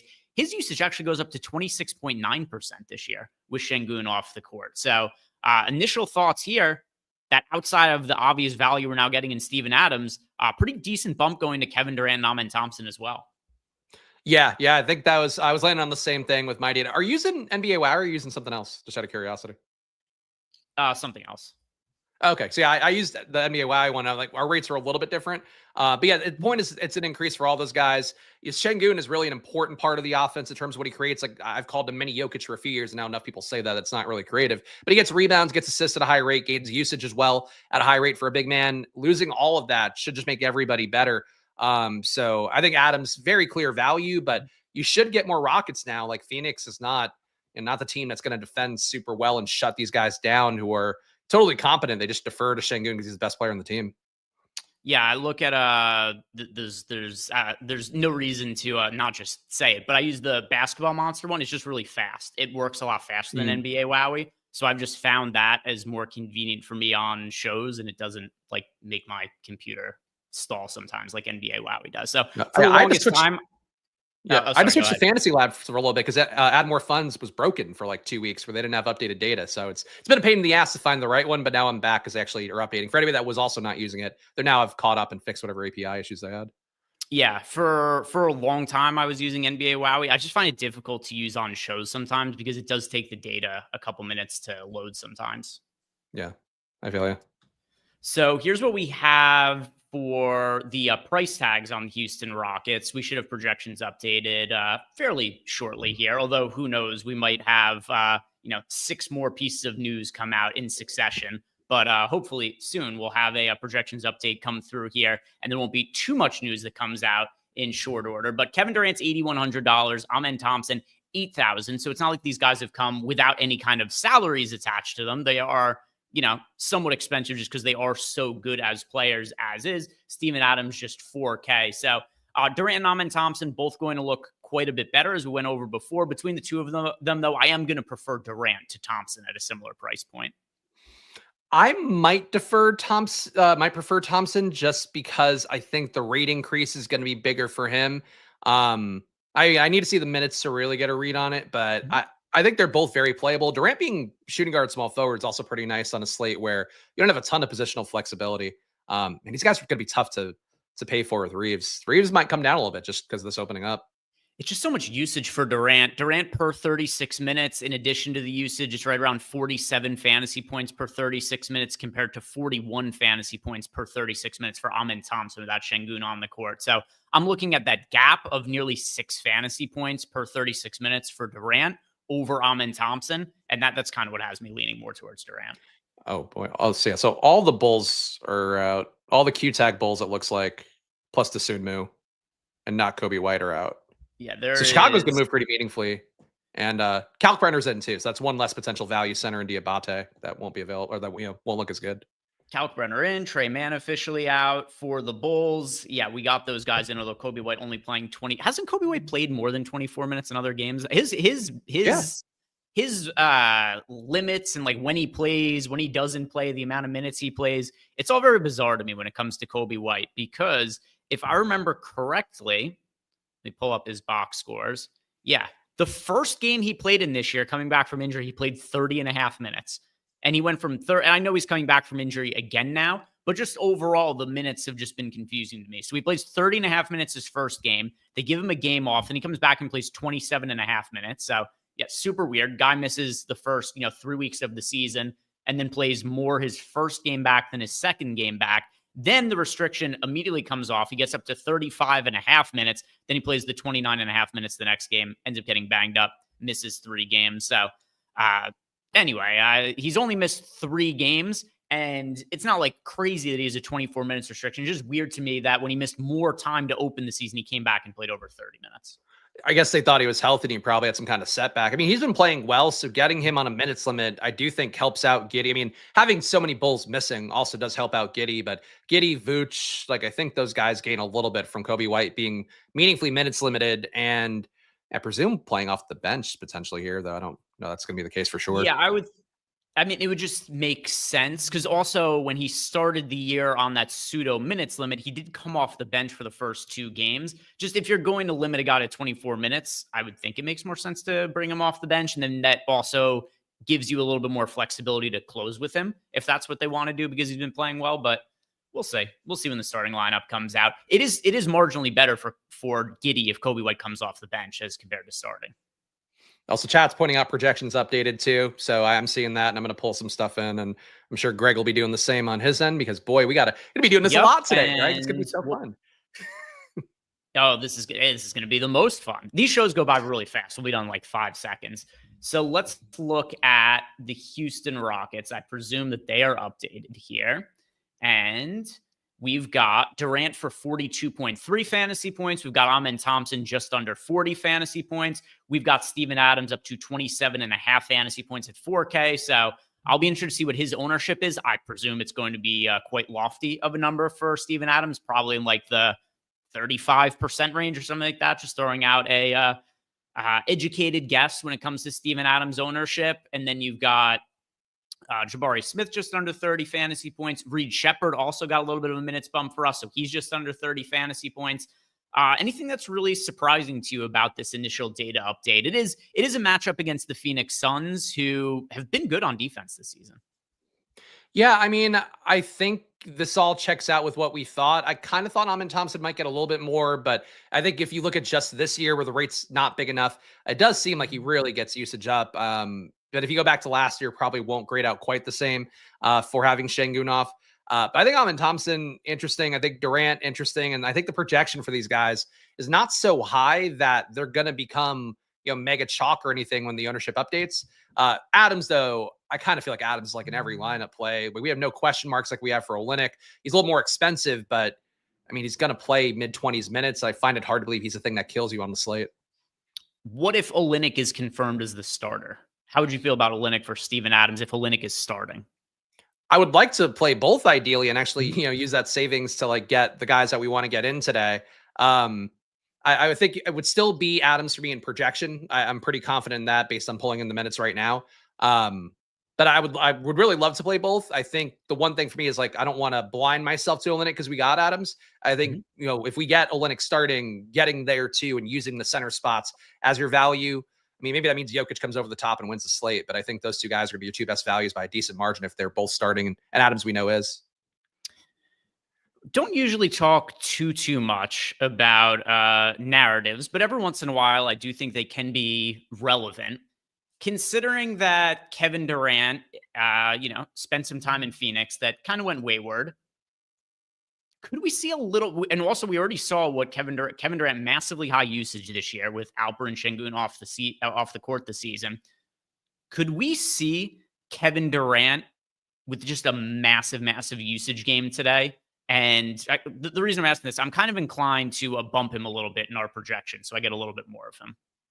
Yeah, I mean, you mentioned the numbers. I mean, we both have him around about 35% usage this year without Şengün. So that's a pretty, noteworthy increase. I do think I view Jimmy Butler this way. And I mentioned that when he played Miami and he missed that game, I believe. Then he played Philly and missed that game. I feel like Durant and Butler are kind of the same guy where like they like to downplay the return a little bit more, where it's like, oh, if we're going to go pure narrative mode, it's like, oh, this doesn't even matter to me. It's just a game. And like, I think he may naturally get a lot of usage because Şengün's out. But I don't know, like that Durant to me is like the revenge game spot. It is in Houston too, which I feel like historically, if you are going to go with the pure anecdotal nature of revenge games, playing at the opposing city tends to be the case a little bit more. But I do want to get more Durant, and I think you're naturally going to get it. At least I'm naturally going to get it, I think, with the usage bump. But yeah, like I don't think he's like a revenge-minded guy. I do think the matchup is soft, though. I think to me, Phoenix is like a league average team. Maybe they get a little bit better defensively for not having Booker in. But I think Durant should have no issue getting whatever shots he wants if he does want to push the usage meaningfully. Jimmy Butler does have the funniest revenge game of all time, because this is one where I definitely think the narrative mattered. It just mattered in the inverse way. If you remember this, Spags, this was a handful of years ago. He did not part very amicably from, I'm pretty sure this was his first game against the Minnesota Timberwolves after he left there. And it did not end well with the Minnesota Timberwolves. So everybody's like, gotta jam Jimmy Butler playing against his former team. He took 0 shots in the first half, and it seemed very intentional watching the game. Yeah, he does bullshit. Like Kevin Durant, I don't think would do that. But though Kevin Durant had that period, because he was like, my nickname's the Servant because I'm getting so many assists. I'm like, maybe he will do some bullshit like that. But I think just without Şengün, you can make the case for that more with Şengün in, that he just sets up Şengün, plays a really clean basketball game, and feels pride from that. But I think in this spot, he just kind of has to chuck, it seems like.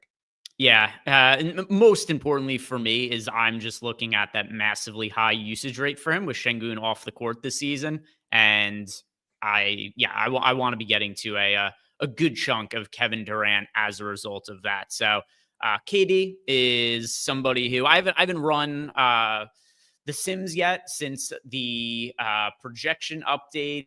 And I assume that we have ownership here now as well. So I'll read off for you guys the most rostered players on DraftKings and FanDuel in our data now, which, yes, we got the ownership here. So here are the most popular players, and we'll get back to your guys' questions. KPJ now 60% owned. Steven Adams, I knew he was going to be popular. I didn't think he was going to be 58% owned, but that's what we got. Steven Adams, 58% owned. Reeves, 56.5% owned. Olynyk still at 44%.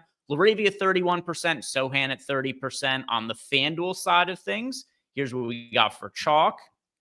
We've got Austin Reeves, 70% owned on FanDuel. Laravia, 62% owned. Kevin Porter Jr., 55% owned. Ryan Rollins, 50% owned on FanDuel. Here's what's a big difference about FanDuel versus DraftKings. Rollins is $6,900 on FanDuel as compared to $7,900 on DraftKings. So then you've got Kevin Porter Jr. versus Ryan Rollins when they're pretty much the same price and the same positionality, point guard, shooting guard, over on FanDuel. Then you've also got Adams now 37% owned on FanDuel. Hachimura's 36% owned. Nobody else is north of 40%.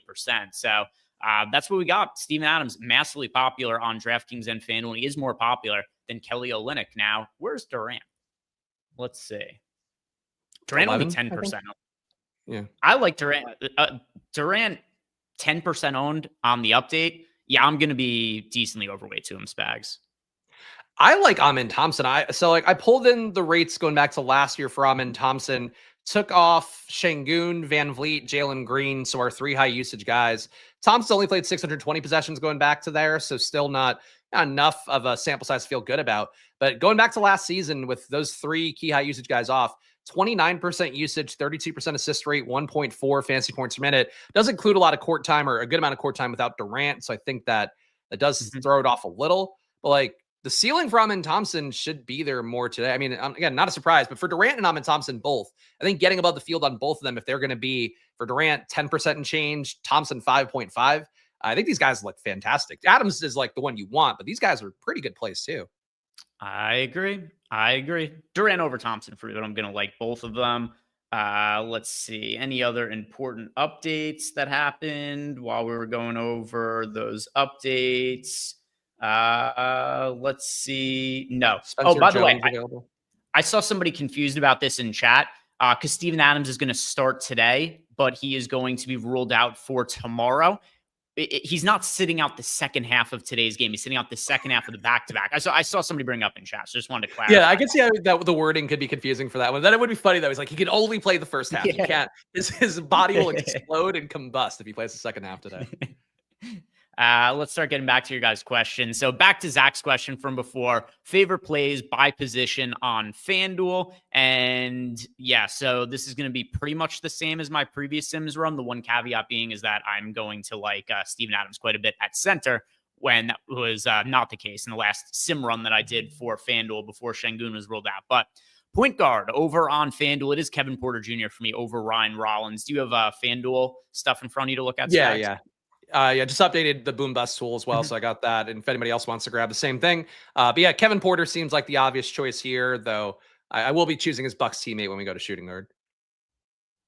Yeah, over at shooting guard, I'm going to go Austin Reeves at shooting guard. But yeah, Ryan Rollins also a very viable option. Yeah, I think Reeves an easy click for sure. Obviously on both sites, crazy optimal rate on FanDuel as well. But I like Ryan Rollins here. I like getting both. And Reeves, you can play at small forward, so. I'll go Ryan Rollins at shooting guard. All right. At small forward for me, that'll be Jake Laravia. I will go Austin Reeves here. Again, I just like when we have a value spot, and it's kind of the same thing for center today on DraftKings. But I like when you have a lot of people seemingly flocking to a value spot. Laravia, 62% ownership. Let's put a guy who should outscore him and theoretically provide leverage on the same team against Laravia. I'll go Austin Reeves at small forward, which is not a brave choice, but it is a choice. Power forward is going to be Durant for me. He's not going to be the best points per dollar play on a slate that is this much value, but I want to pull somebody in here who's a little bit more contrarian. Actually, you know what, Spags? Listen, I'm not even going to play the animation for this. Kevin Durant's my nuke tonight. He's 3% owned on FanDuel. Oh, okay. I'll go Amin Thompson. I'll get leverage against you. Okay. All right. We'll go head to head. We'll go head to head. Tip to tip, belly to belly, the whole deal. Ass to ass. Center for it. Right. As a man is offering us drugs not too far away, like Requiem for a Dream style. We're going ass to ass. Who's your power forward? Power forward Durant. Okay, it's Durant. Okay, I'm going to go positive leverage on Rui. I don't mind that. Olynyk, though, at 3,700 on FanDuel, you don't have to take up your center spot. Again, assuming he starts, but I'll go Olynyk at power forward. And then for me at center, that's going to be Steven Adams now. Yeah, Adams, if you need the value, I don't mind on FanDuel coming over the top with Jokic, just given what we know of him. But yeah, Adams, 4,300. I mean, you can really afford a lot in FanDuel if you're playing Olynyk at power forward and Adams at center. Again, assuming Olynyk starts too. So yeah, I'll go with Adams as well at center. All right, let's see what else. Oh, he also wanted to know 3 value picks. Well, a lot of the guys we said there were value plays. There are so many of them to look at today on FanDuel. Kelly Olynyk, Steven Adams, Jake LaRavia, Rui Hachimura. Yeah, those like the most preeminent ones. Yeah. The Adams and Olynyk, I think, seem to be a tier above based on the FanDuel numbers I'm looking at. Yeah, Jeremy Sohan, another one. He's live to start at center for the Spurs today. Lots of good value today. Ace of Spade wants to know our favorite options for DK tiers. So yes, sir, I will pull that up. Let's see what we got here for DK tiers. Yeah, people were saying I just threw out the. There's a couple of reasons I did it that way. While I pull up DK tiers, just said the nuke of the night. One, there's so much news today that even like the 30 seconds to play the animation, I think there could be time potentially better spent to make sure we get to more of your guys' questions. But also, I've just mentioned Kevin Durant so many times. What am I going to do? I'm going to play the animation, just talk about Kevin Durant one more time. So might as well just say I'm right there. Kind of a funny bit if you did play the animation, like it's Kevin Durant, and then you just that could work too. It could play. Let's see what we got for tiers here. Tier 1. They've got Jokic in tier 1, so he's the answer. Oh, yeah. I mean, only if Austin Reeves were in that tier would you consider, but Jokic is clearly the pick, always in tiers. Well, Austin Reeves is in tier 2, so he's the answer there. Yep. So there we go. Tiers, we're breezing through. Yeah. Tier 3, it is James Harden, Denny Avdia, Scotty Barnes, and De'Aaron Fox. So let's see. Amongst those guys, who do I like the most? We've got Harden, Avdia, Barnes, Fox. That's Harden for me. That's close. I would go Avdia, I think, but yeah, it's close enough. Tier 4, we've got LaMelo Ball. We've got Jamal Murray coming off a 50-piece. Jalen Brunson, Evan Mobley, who I believe is still questionable unless we got an update in the last few minutes. No, LaRavia is confirmed starting, though. We got the starting lineup for the Lakers here. Gabe Vincent, Austin Reeves, Rui Hachimura, Jake LaRavia, and DeAndre Ayton. So we do have that confirmed starting lineup for the Lakers. But Wagner, Mobley, Brunson, Murray, Ball. Let's see. Amongst these guys, for me, that is going to be Brunson. Yeah, I like Brunson too. He's one of those guys where Anunoby, whatever his status is, I think Brunson looks like a good play. If Anunoby's out, he's going to look even better. Oh, this is fun. Tier 5, Siakam, Markkanen, Kawhi Leonard, Brandon Ingram, Derek White, Kevin Durant, and Amen Thompson. Kevin Durant. I'll go Amen Thompson. We'll stick with our nuke of the nights. Why not? Tier 6, we've got Keontae George, we've got Jalen Duren, Bam Adebayo, Ivica Zubats, we've got Nikola Vucevic, we got Ryan Rollins, and finally Josh Hart. That one will be Rollins for me. Yeah, Ryan Rollins, let's go. Finally, a place we can play Ryan Rollins safely without judgment. And we got a super chat here from Mikey. Mikey Berger says, Greg finally got Tails. You guys should all be on Tails. It's free. Why not? And there he says, randomly picked 2 of your bets the other day. Why, you say? Why not? Anyways, they both won. Thank you for your time. Love to see it. If anybody else wants to tail my bets on Tails, go to tails.bet or download the Tails app. It's all free. Everything I post is free. One thing, mea culpa today, Spags. I did fuck up. I was so excited about the amount of value that's on the board. We're just throughout the day, I'm just tagging bets. I'm posting stuff to Tails. And then I start getting messages. I realized that because I'm doing my bankroll build, I did go over the current amount that the bankroll is out because I got so excited posting bets. So I am going to have to move all the bets. I know this is not the right way to do it. And I just kind of fucked up because I was just posting a bunch of bets over the course of the day. But yeah, I threw a ton of bets up on Tails today. Really great day for NBA betting with value. But Mikey, happy that I made you some money there. Getting some volume down, if nothing else. Tails, the place to go and get all Greg's free volume. Yeah. I do feel like a total moron for doing that, but whatever. It happens. We're all humans. Other than Alex Baker, we make mistakes. He's a robot. Everybody else makes mistakes from time to time, though. All right, Discord, we've got M. Grizzly wants to know, am I making any manual adjustments to prepare for late swap? Yes. So talked about this a little bit at the top of the show. Here's what I'm going to be doing is outside of the Lakers, I'm applying a negative ROI boost to all of the other players in the 7 p.m. game. So that being Miami, Orlando, and then the Boston game, I'm going to be giving some negative ROI boost to those players. I still want to be getting the Lakers guys, but that'll give me a little bit more flexibility for the guys who are questionable for the 7:30 spot, and then also us not knowing the Spurs starting lineup. So that's how I'm approaching it, M. Grizzly. Yeah, I'm really not getting Miami or Orlando at all, so I think I'm pretty okay about the early game. Yeah, I mean, they're also just not going to show up in a lot of lineups anyway. Yeah.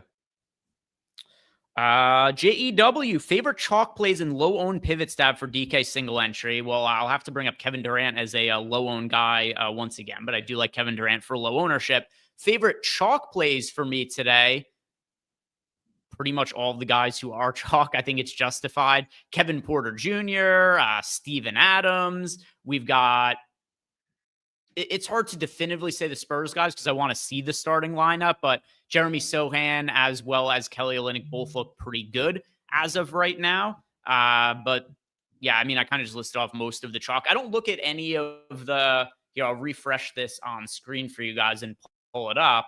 I don't know if you feel differently, Spags, but at least as of right now, until we get more information on the Spurs, I don't look at any of these guys as like Steven Adams, good chalk. Kevin Porter Jr., good chalk. Austin Reeves, good chalk. Kelly Olynyk, good chalk, pending the starting unit that we have there. Jake Laravia, I think good chalk. Same with Jeremy Sohan. I don't think any of these guys are bad options.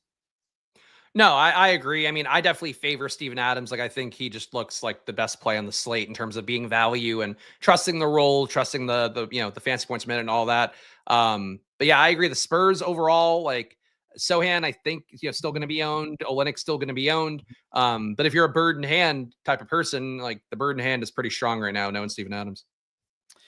And we've got Stinky Thumbs Arbuckle wants to know, is there a center pivot on Houston from Adams? All right. So he is looking for a direct leverage play on the Houston Rockets. Here's how I look at it. If I'm trying to get off of Steven Adams, which I'm personally not doing, but if it is something you wanted to do, I wouldn't look at Clint Capella is the other center option for the Rockets. I'm not really looking to play Clint Capella today. I would just be more inclined to go to like Kelly Olynyk or something like that. Yeah, I think that's fair. Or, just pay up at center. Like, you don't need to get direct leverage even at the price point. You could just go the other direction, play a Jokic, play a Duran, and just take, the ceiling there / the floor and hope it beats out those guys. I don't know. Like, I tend to think people overthink the plays like Adams too much in NBA DFS, maybe too many people with the NFL brain. But like, you usually want to play a Steven Adams type, especially a big man with like, who's playing real minutes and is not going to get the hook like a Vukcevic type. I think you should play Steven Adams and try not to get too cute.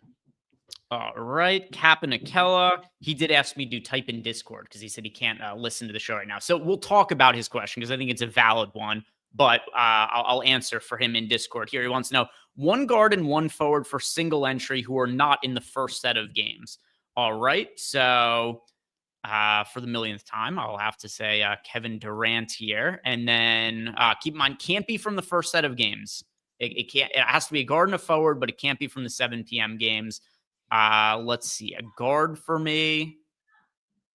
It would be really funny if I just say Kevin Durant again because he's got shooting guard, small forward eligibility over on DraftKings. But I'll use him in the forward. And then for a backcourt player, here's a contrarian option I have a little bit of. How about Lonzo Ball at $4,500? Don't have a ton of them, but I've got a little bit. Yeah, I don't mind Lonzo. I mean, so was there a price point given, or was it just like the best? No, just two guys for single entry that are not in the 7 p.m. games is what he said. Okay. Yeah, I don't mind the Lonzo one. Jamal Shed, I still have a decent value, but like I don't feel like that's a single entry kind of play. Yeah, I feel like Lonzo and Barnes or Sohan, I guess. But I'm not feeling that great about it. We got a super chat here from Sam. Sam Van Dam wants to know, last man in for DraftKings at $5,900 or less. Okay, it has to be a small forward. A lot of times when we get these questions, you go and you look and you realize that the reason somebody's struggling in the price range is because the options are terrible in that price range. So let's see. Small Peyton forward, Watson. 5,900. Who'd you say? Peyton Watson. It's actually Jabari Smith for me, who I actually don't hate in that spot with the Rockets shorthanded. Yeah, I mean, all the Rockets going to benefit. I like Peyton Watson. He's been pretty reliable for me in lineups lately. He's not usually going to hit the 55 fantasy points. That's won him, slates outright, but he seems to get you around 30 every time, so I don't think he kills you. But I think those are both perfectly good options. Guitar Z-Man gifted out 5 YouTube memberships. Guitar Z-Man, thank you very much for supporting the channel. If everybody else wants to know how to support our free content, like the video, subscribe to the YouTube channel. That goes a really long way. So if you have not done that yet, please do.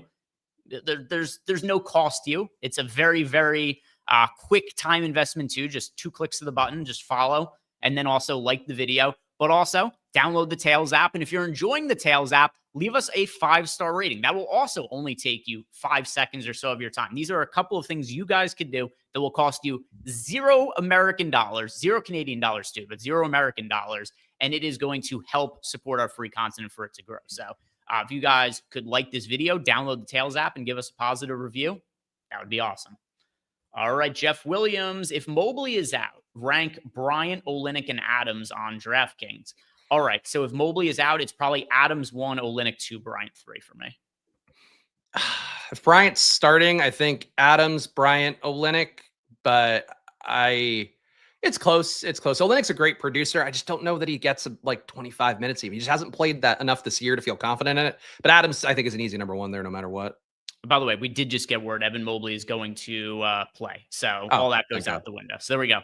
Evan Mobley says he'll play. I got the notification just as we were reading that question there. So with that in mind, it's really just Adams versus Olynyk, and that's Adams over Olynyk for me. Langston Cole wants to know Maxi Arcade, last man in. And then please, love the show. Thank you very much for supporting the show and watching every day. That is appreciated. Let's see, Maxi or Cade. Who do I prefer for today? That for me is going to be Cade. Yourself? I think for me it is going to be Maxi it's close. But not as close as I thought. I got Maxi by 1.5, so I go Maxi. Okay. We've got the next question here from our guy Pierre. Just arrived on FanDuel, favorite player at each position. Yes, so we could circle back on this. This will be pretty easy because Spags and I did this one not all that long ago. Let's see if I can remember Spags' answer. So at point guard, I went with Kevin Porter Jr. You also went with Kevin Porter Jr., but at shooting guard, I went Austin Reeves. You went Ryan Rollins. At small forward, I believe we both went Jake LaRavia. At power forward, I went Kevin Durant. You went Amen Thompson. And then at center, we both went Steven Adams. Is that about correct? Actually, I went Olynyk at power forward and Reeves at small forward, but that was close enough. I like all the guys. You got a lot of options to play today. You switched one. I thought you'd switch one of your Amen Thompson though. No, I have Amen Thompson, I think, for one of our either or. For tiers, I picked Amen Thompson instead of Durant. But yeah, we have been going head to head. Anything that Greg likes for Durant, assume I like Amen Thompson for. Mamone Sanson Calzone wants to know who our DK GPP core plays are. All right, so here are the guys for DraftKings. Let me unfavorite my FanDuel lineups, go back over to DraftKings. All right, so DraftKings core plays.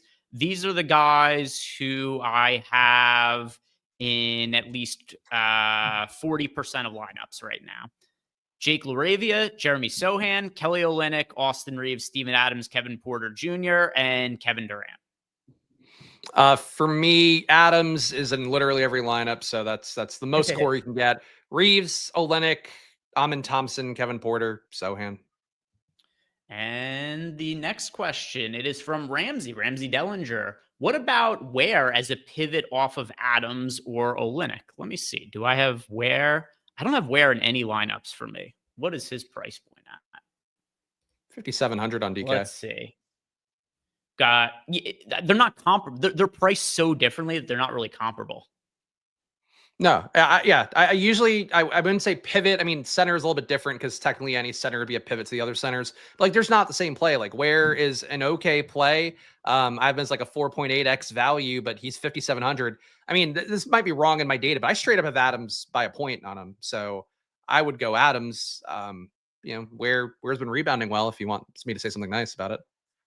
Yeah, I went and checked the FanDuel price there because I thought maybe on FanDuel there was a price I was forgetting about, but he's $6,100 on FanDuel too. So nah, he's just too expensive for me on it. It's a very large opportunity cost. There's so much good value at center. You want to get different? I've got a guy for you. You ready, Spags? Mm-hmm. Kevin Durant. How about, wait, Greg, stop me if you heard this one. What about Amin Thompson? Oh, there's also, an interesting one. His Rockets teammate. You may have heard of him. Yeah. Something to consider.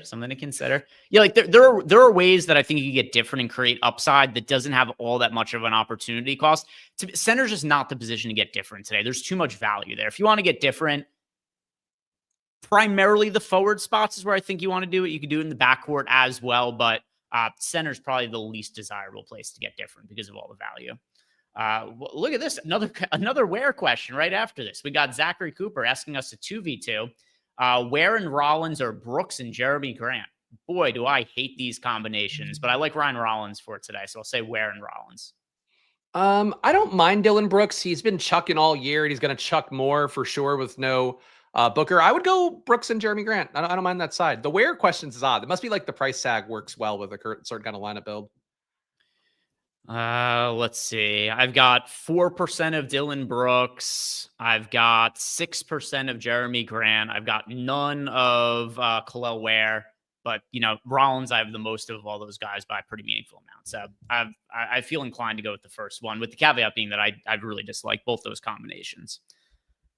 Back to Discord, where we are all caught up on questions, Bags. We got 8 minutes to go here, at least as of right now. We're caught up on questions. My lineups, at least as of right now, are sitting in a pretty good spot, but I want to give you guys an update on what it is that we are looking at for injuries for tonight, because there's still some situations to keep an eye on, and most notably, the Spurs starting lineup. But we've got OG Anunoby is questionable for today. If you guys are playing on the FanDuel slate, Isaiah Joe is also questionable. Duncan Robinson is questionable. And then just as I said a second ago, not necessarily an injury situation, although it is injury-related. The Spurs starting lineup, it could be a number of things.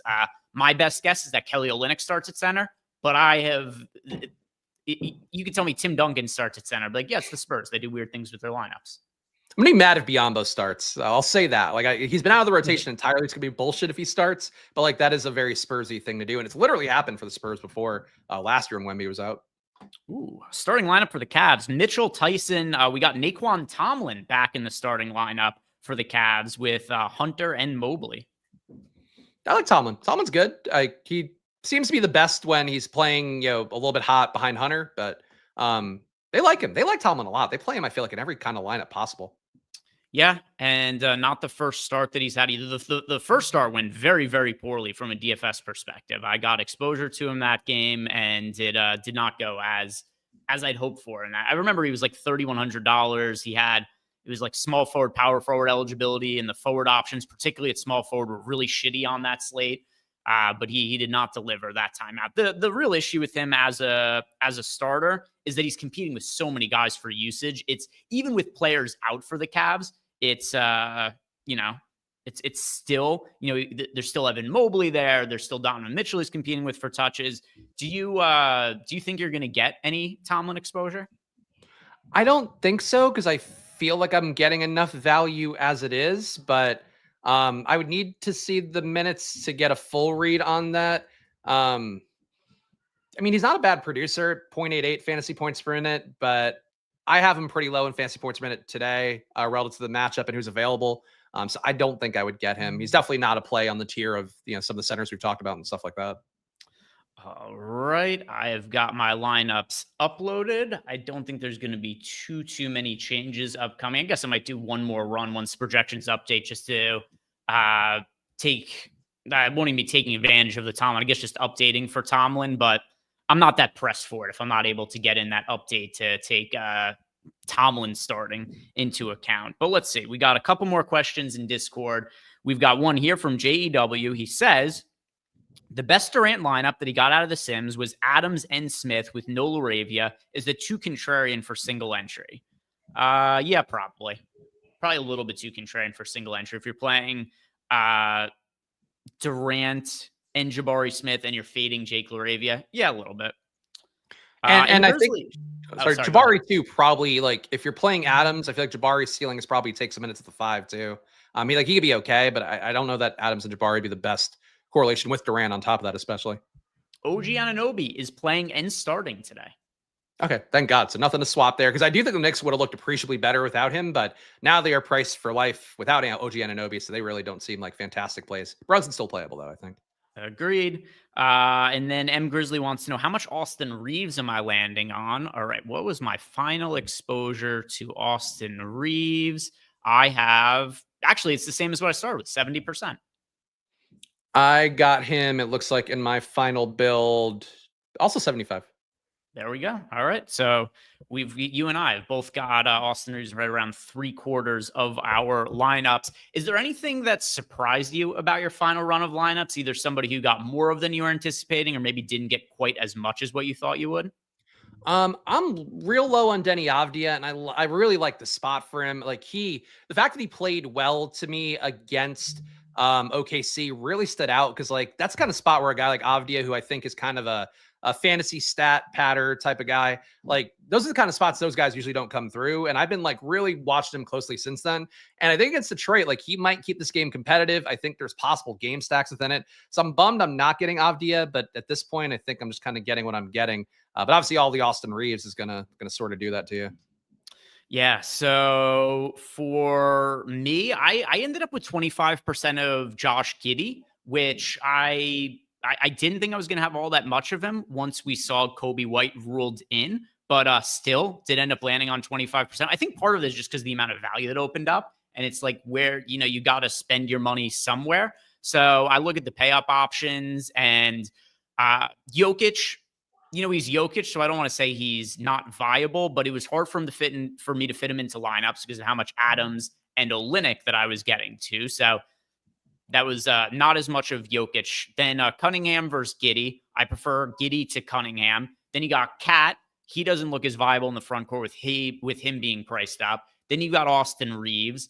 I've got some of Donovan Mitchell as well, 26%, so about in line with the field. So ultimately, like I just kind of look at the available pay up options, and you guys know I like Durant at $8,100. I think Kawhi's okay at $8K as well, but ultimately, we have a lot of value, and there just aren't that many guys that project great on the high end. So I guess that's just why I ended up on more of Giddey than I thought I was going to. Yeah, I love that for you, because I think Reeves is a fantastic play, and hopefully we've been clear about that. I know people were mad at the beginning we were talking about Reeves, but he's like the most important player on the slate as of that part. But like there are a lot of good plays today, and that's like the worst part of Reeves is that like he's the first game, and you have so many dudes that can go off around him, including Giddey, even Maxey, Avdia, Mitchell. Like I keep naming guys. I'm really good at naming guys' names, but like there's a lot of dudes that I think can play well today. Just Reeves projects so much better, and that's hard to obviously ignore because we're playing a math game. You're just showing off how many guys you know now. Well, usually Eric does that on the show. Yeah, I know. I feel like I'm doing a show with Eric, name dropping. Like, I went to high school with this guy, and this guy. We were playing the fantasy league together.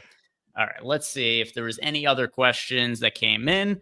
There are not. So, last question for you before we head out here, Spags. And if you guys haven't done it yet, like the video, subscribe to the YouTube channel. Don't forget to check out Tails to get some free bets from myself and all the other guys at Stokastic as well. Who is somebody you do not have very much exposure to that you are worried could end up ruining your night? I didn't get to Jokic. I mean, obviously the center value that's going to happen, but I have Jokic projected for just shy of 70. Like, not that that's any sort of brave take, but like I have him really well projected, and I just didn't get there on the slate. And because we're doing the show, I'm just kind of locked into what I'm doing at this point. But that's that doesn't feel great to be low on Jokic at a time where his price tag is finally kind of reasonable under 13K on DraftKings.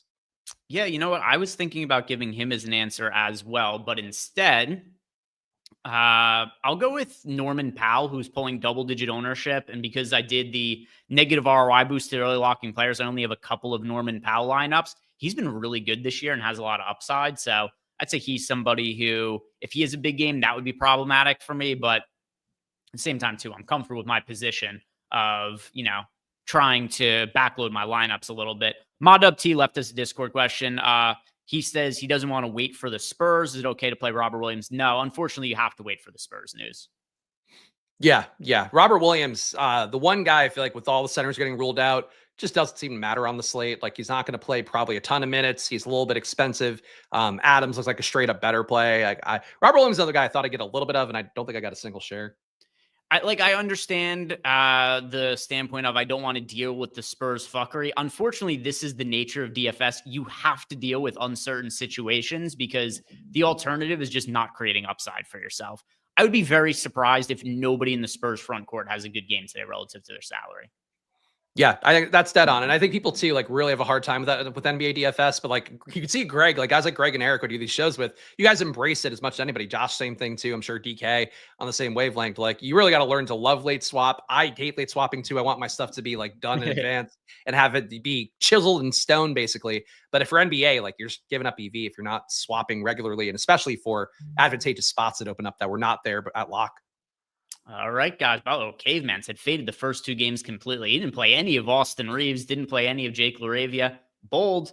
That's bold. But we are at lock, guys. Thank you all very, very much for watching. If you've not done yet, like the video, subscribe to the YouTube channel, and have a great weekend.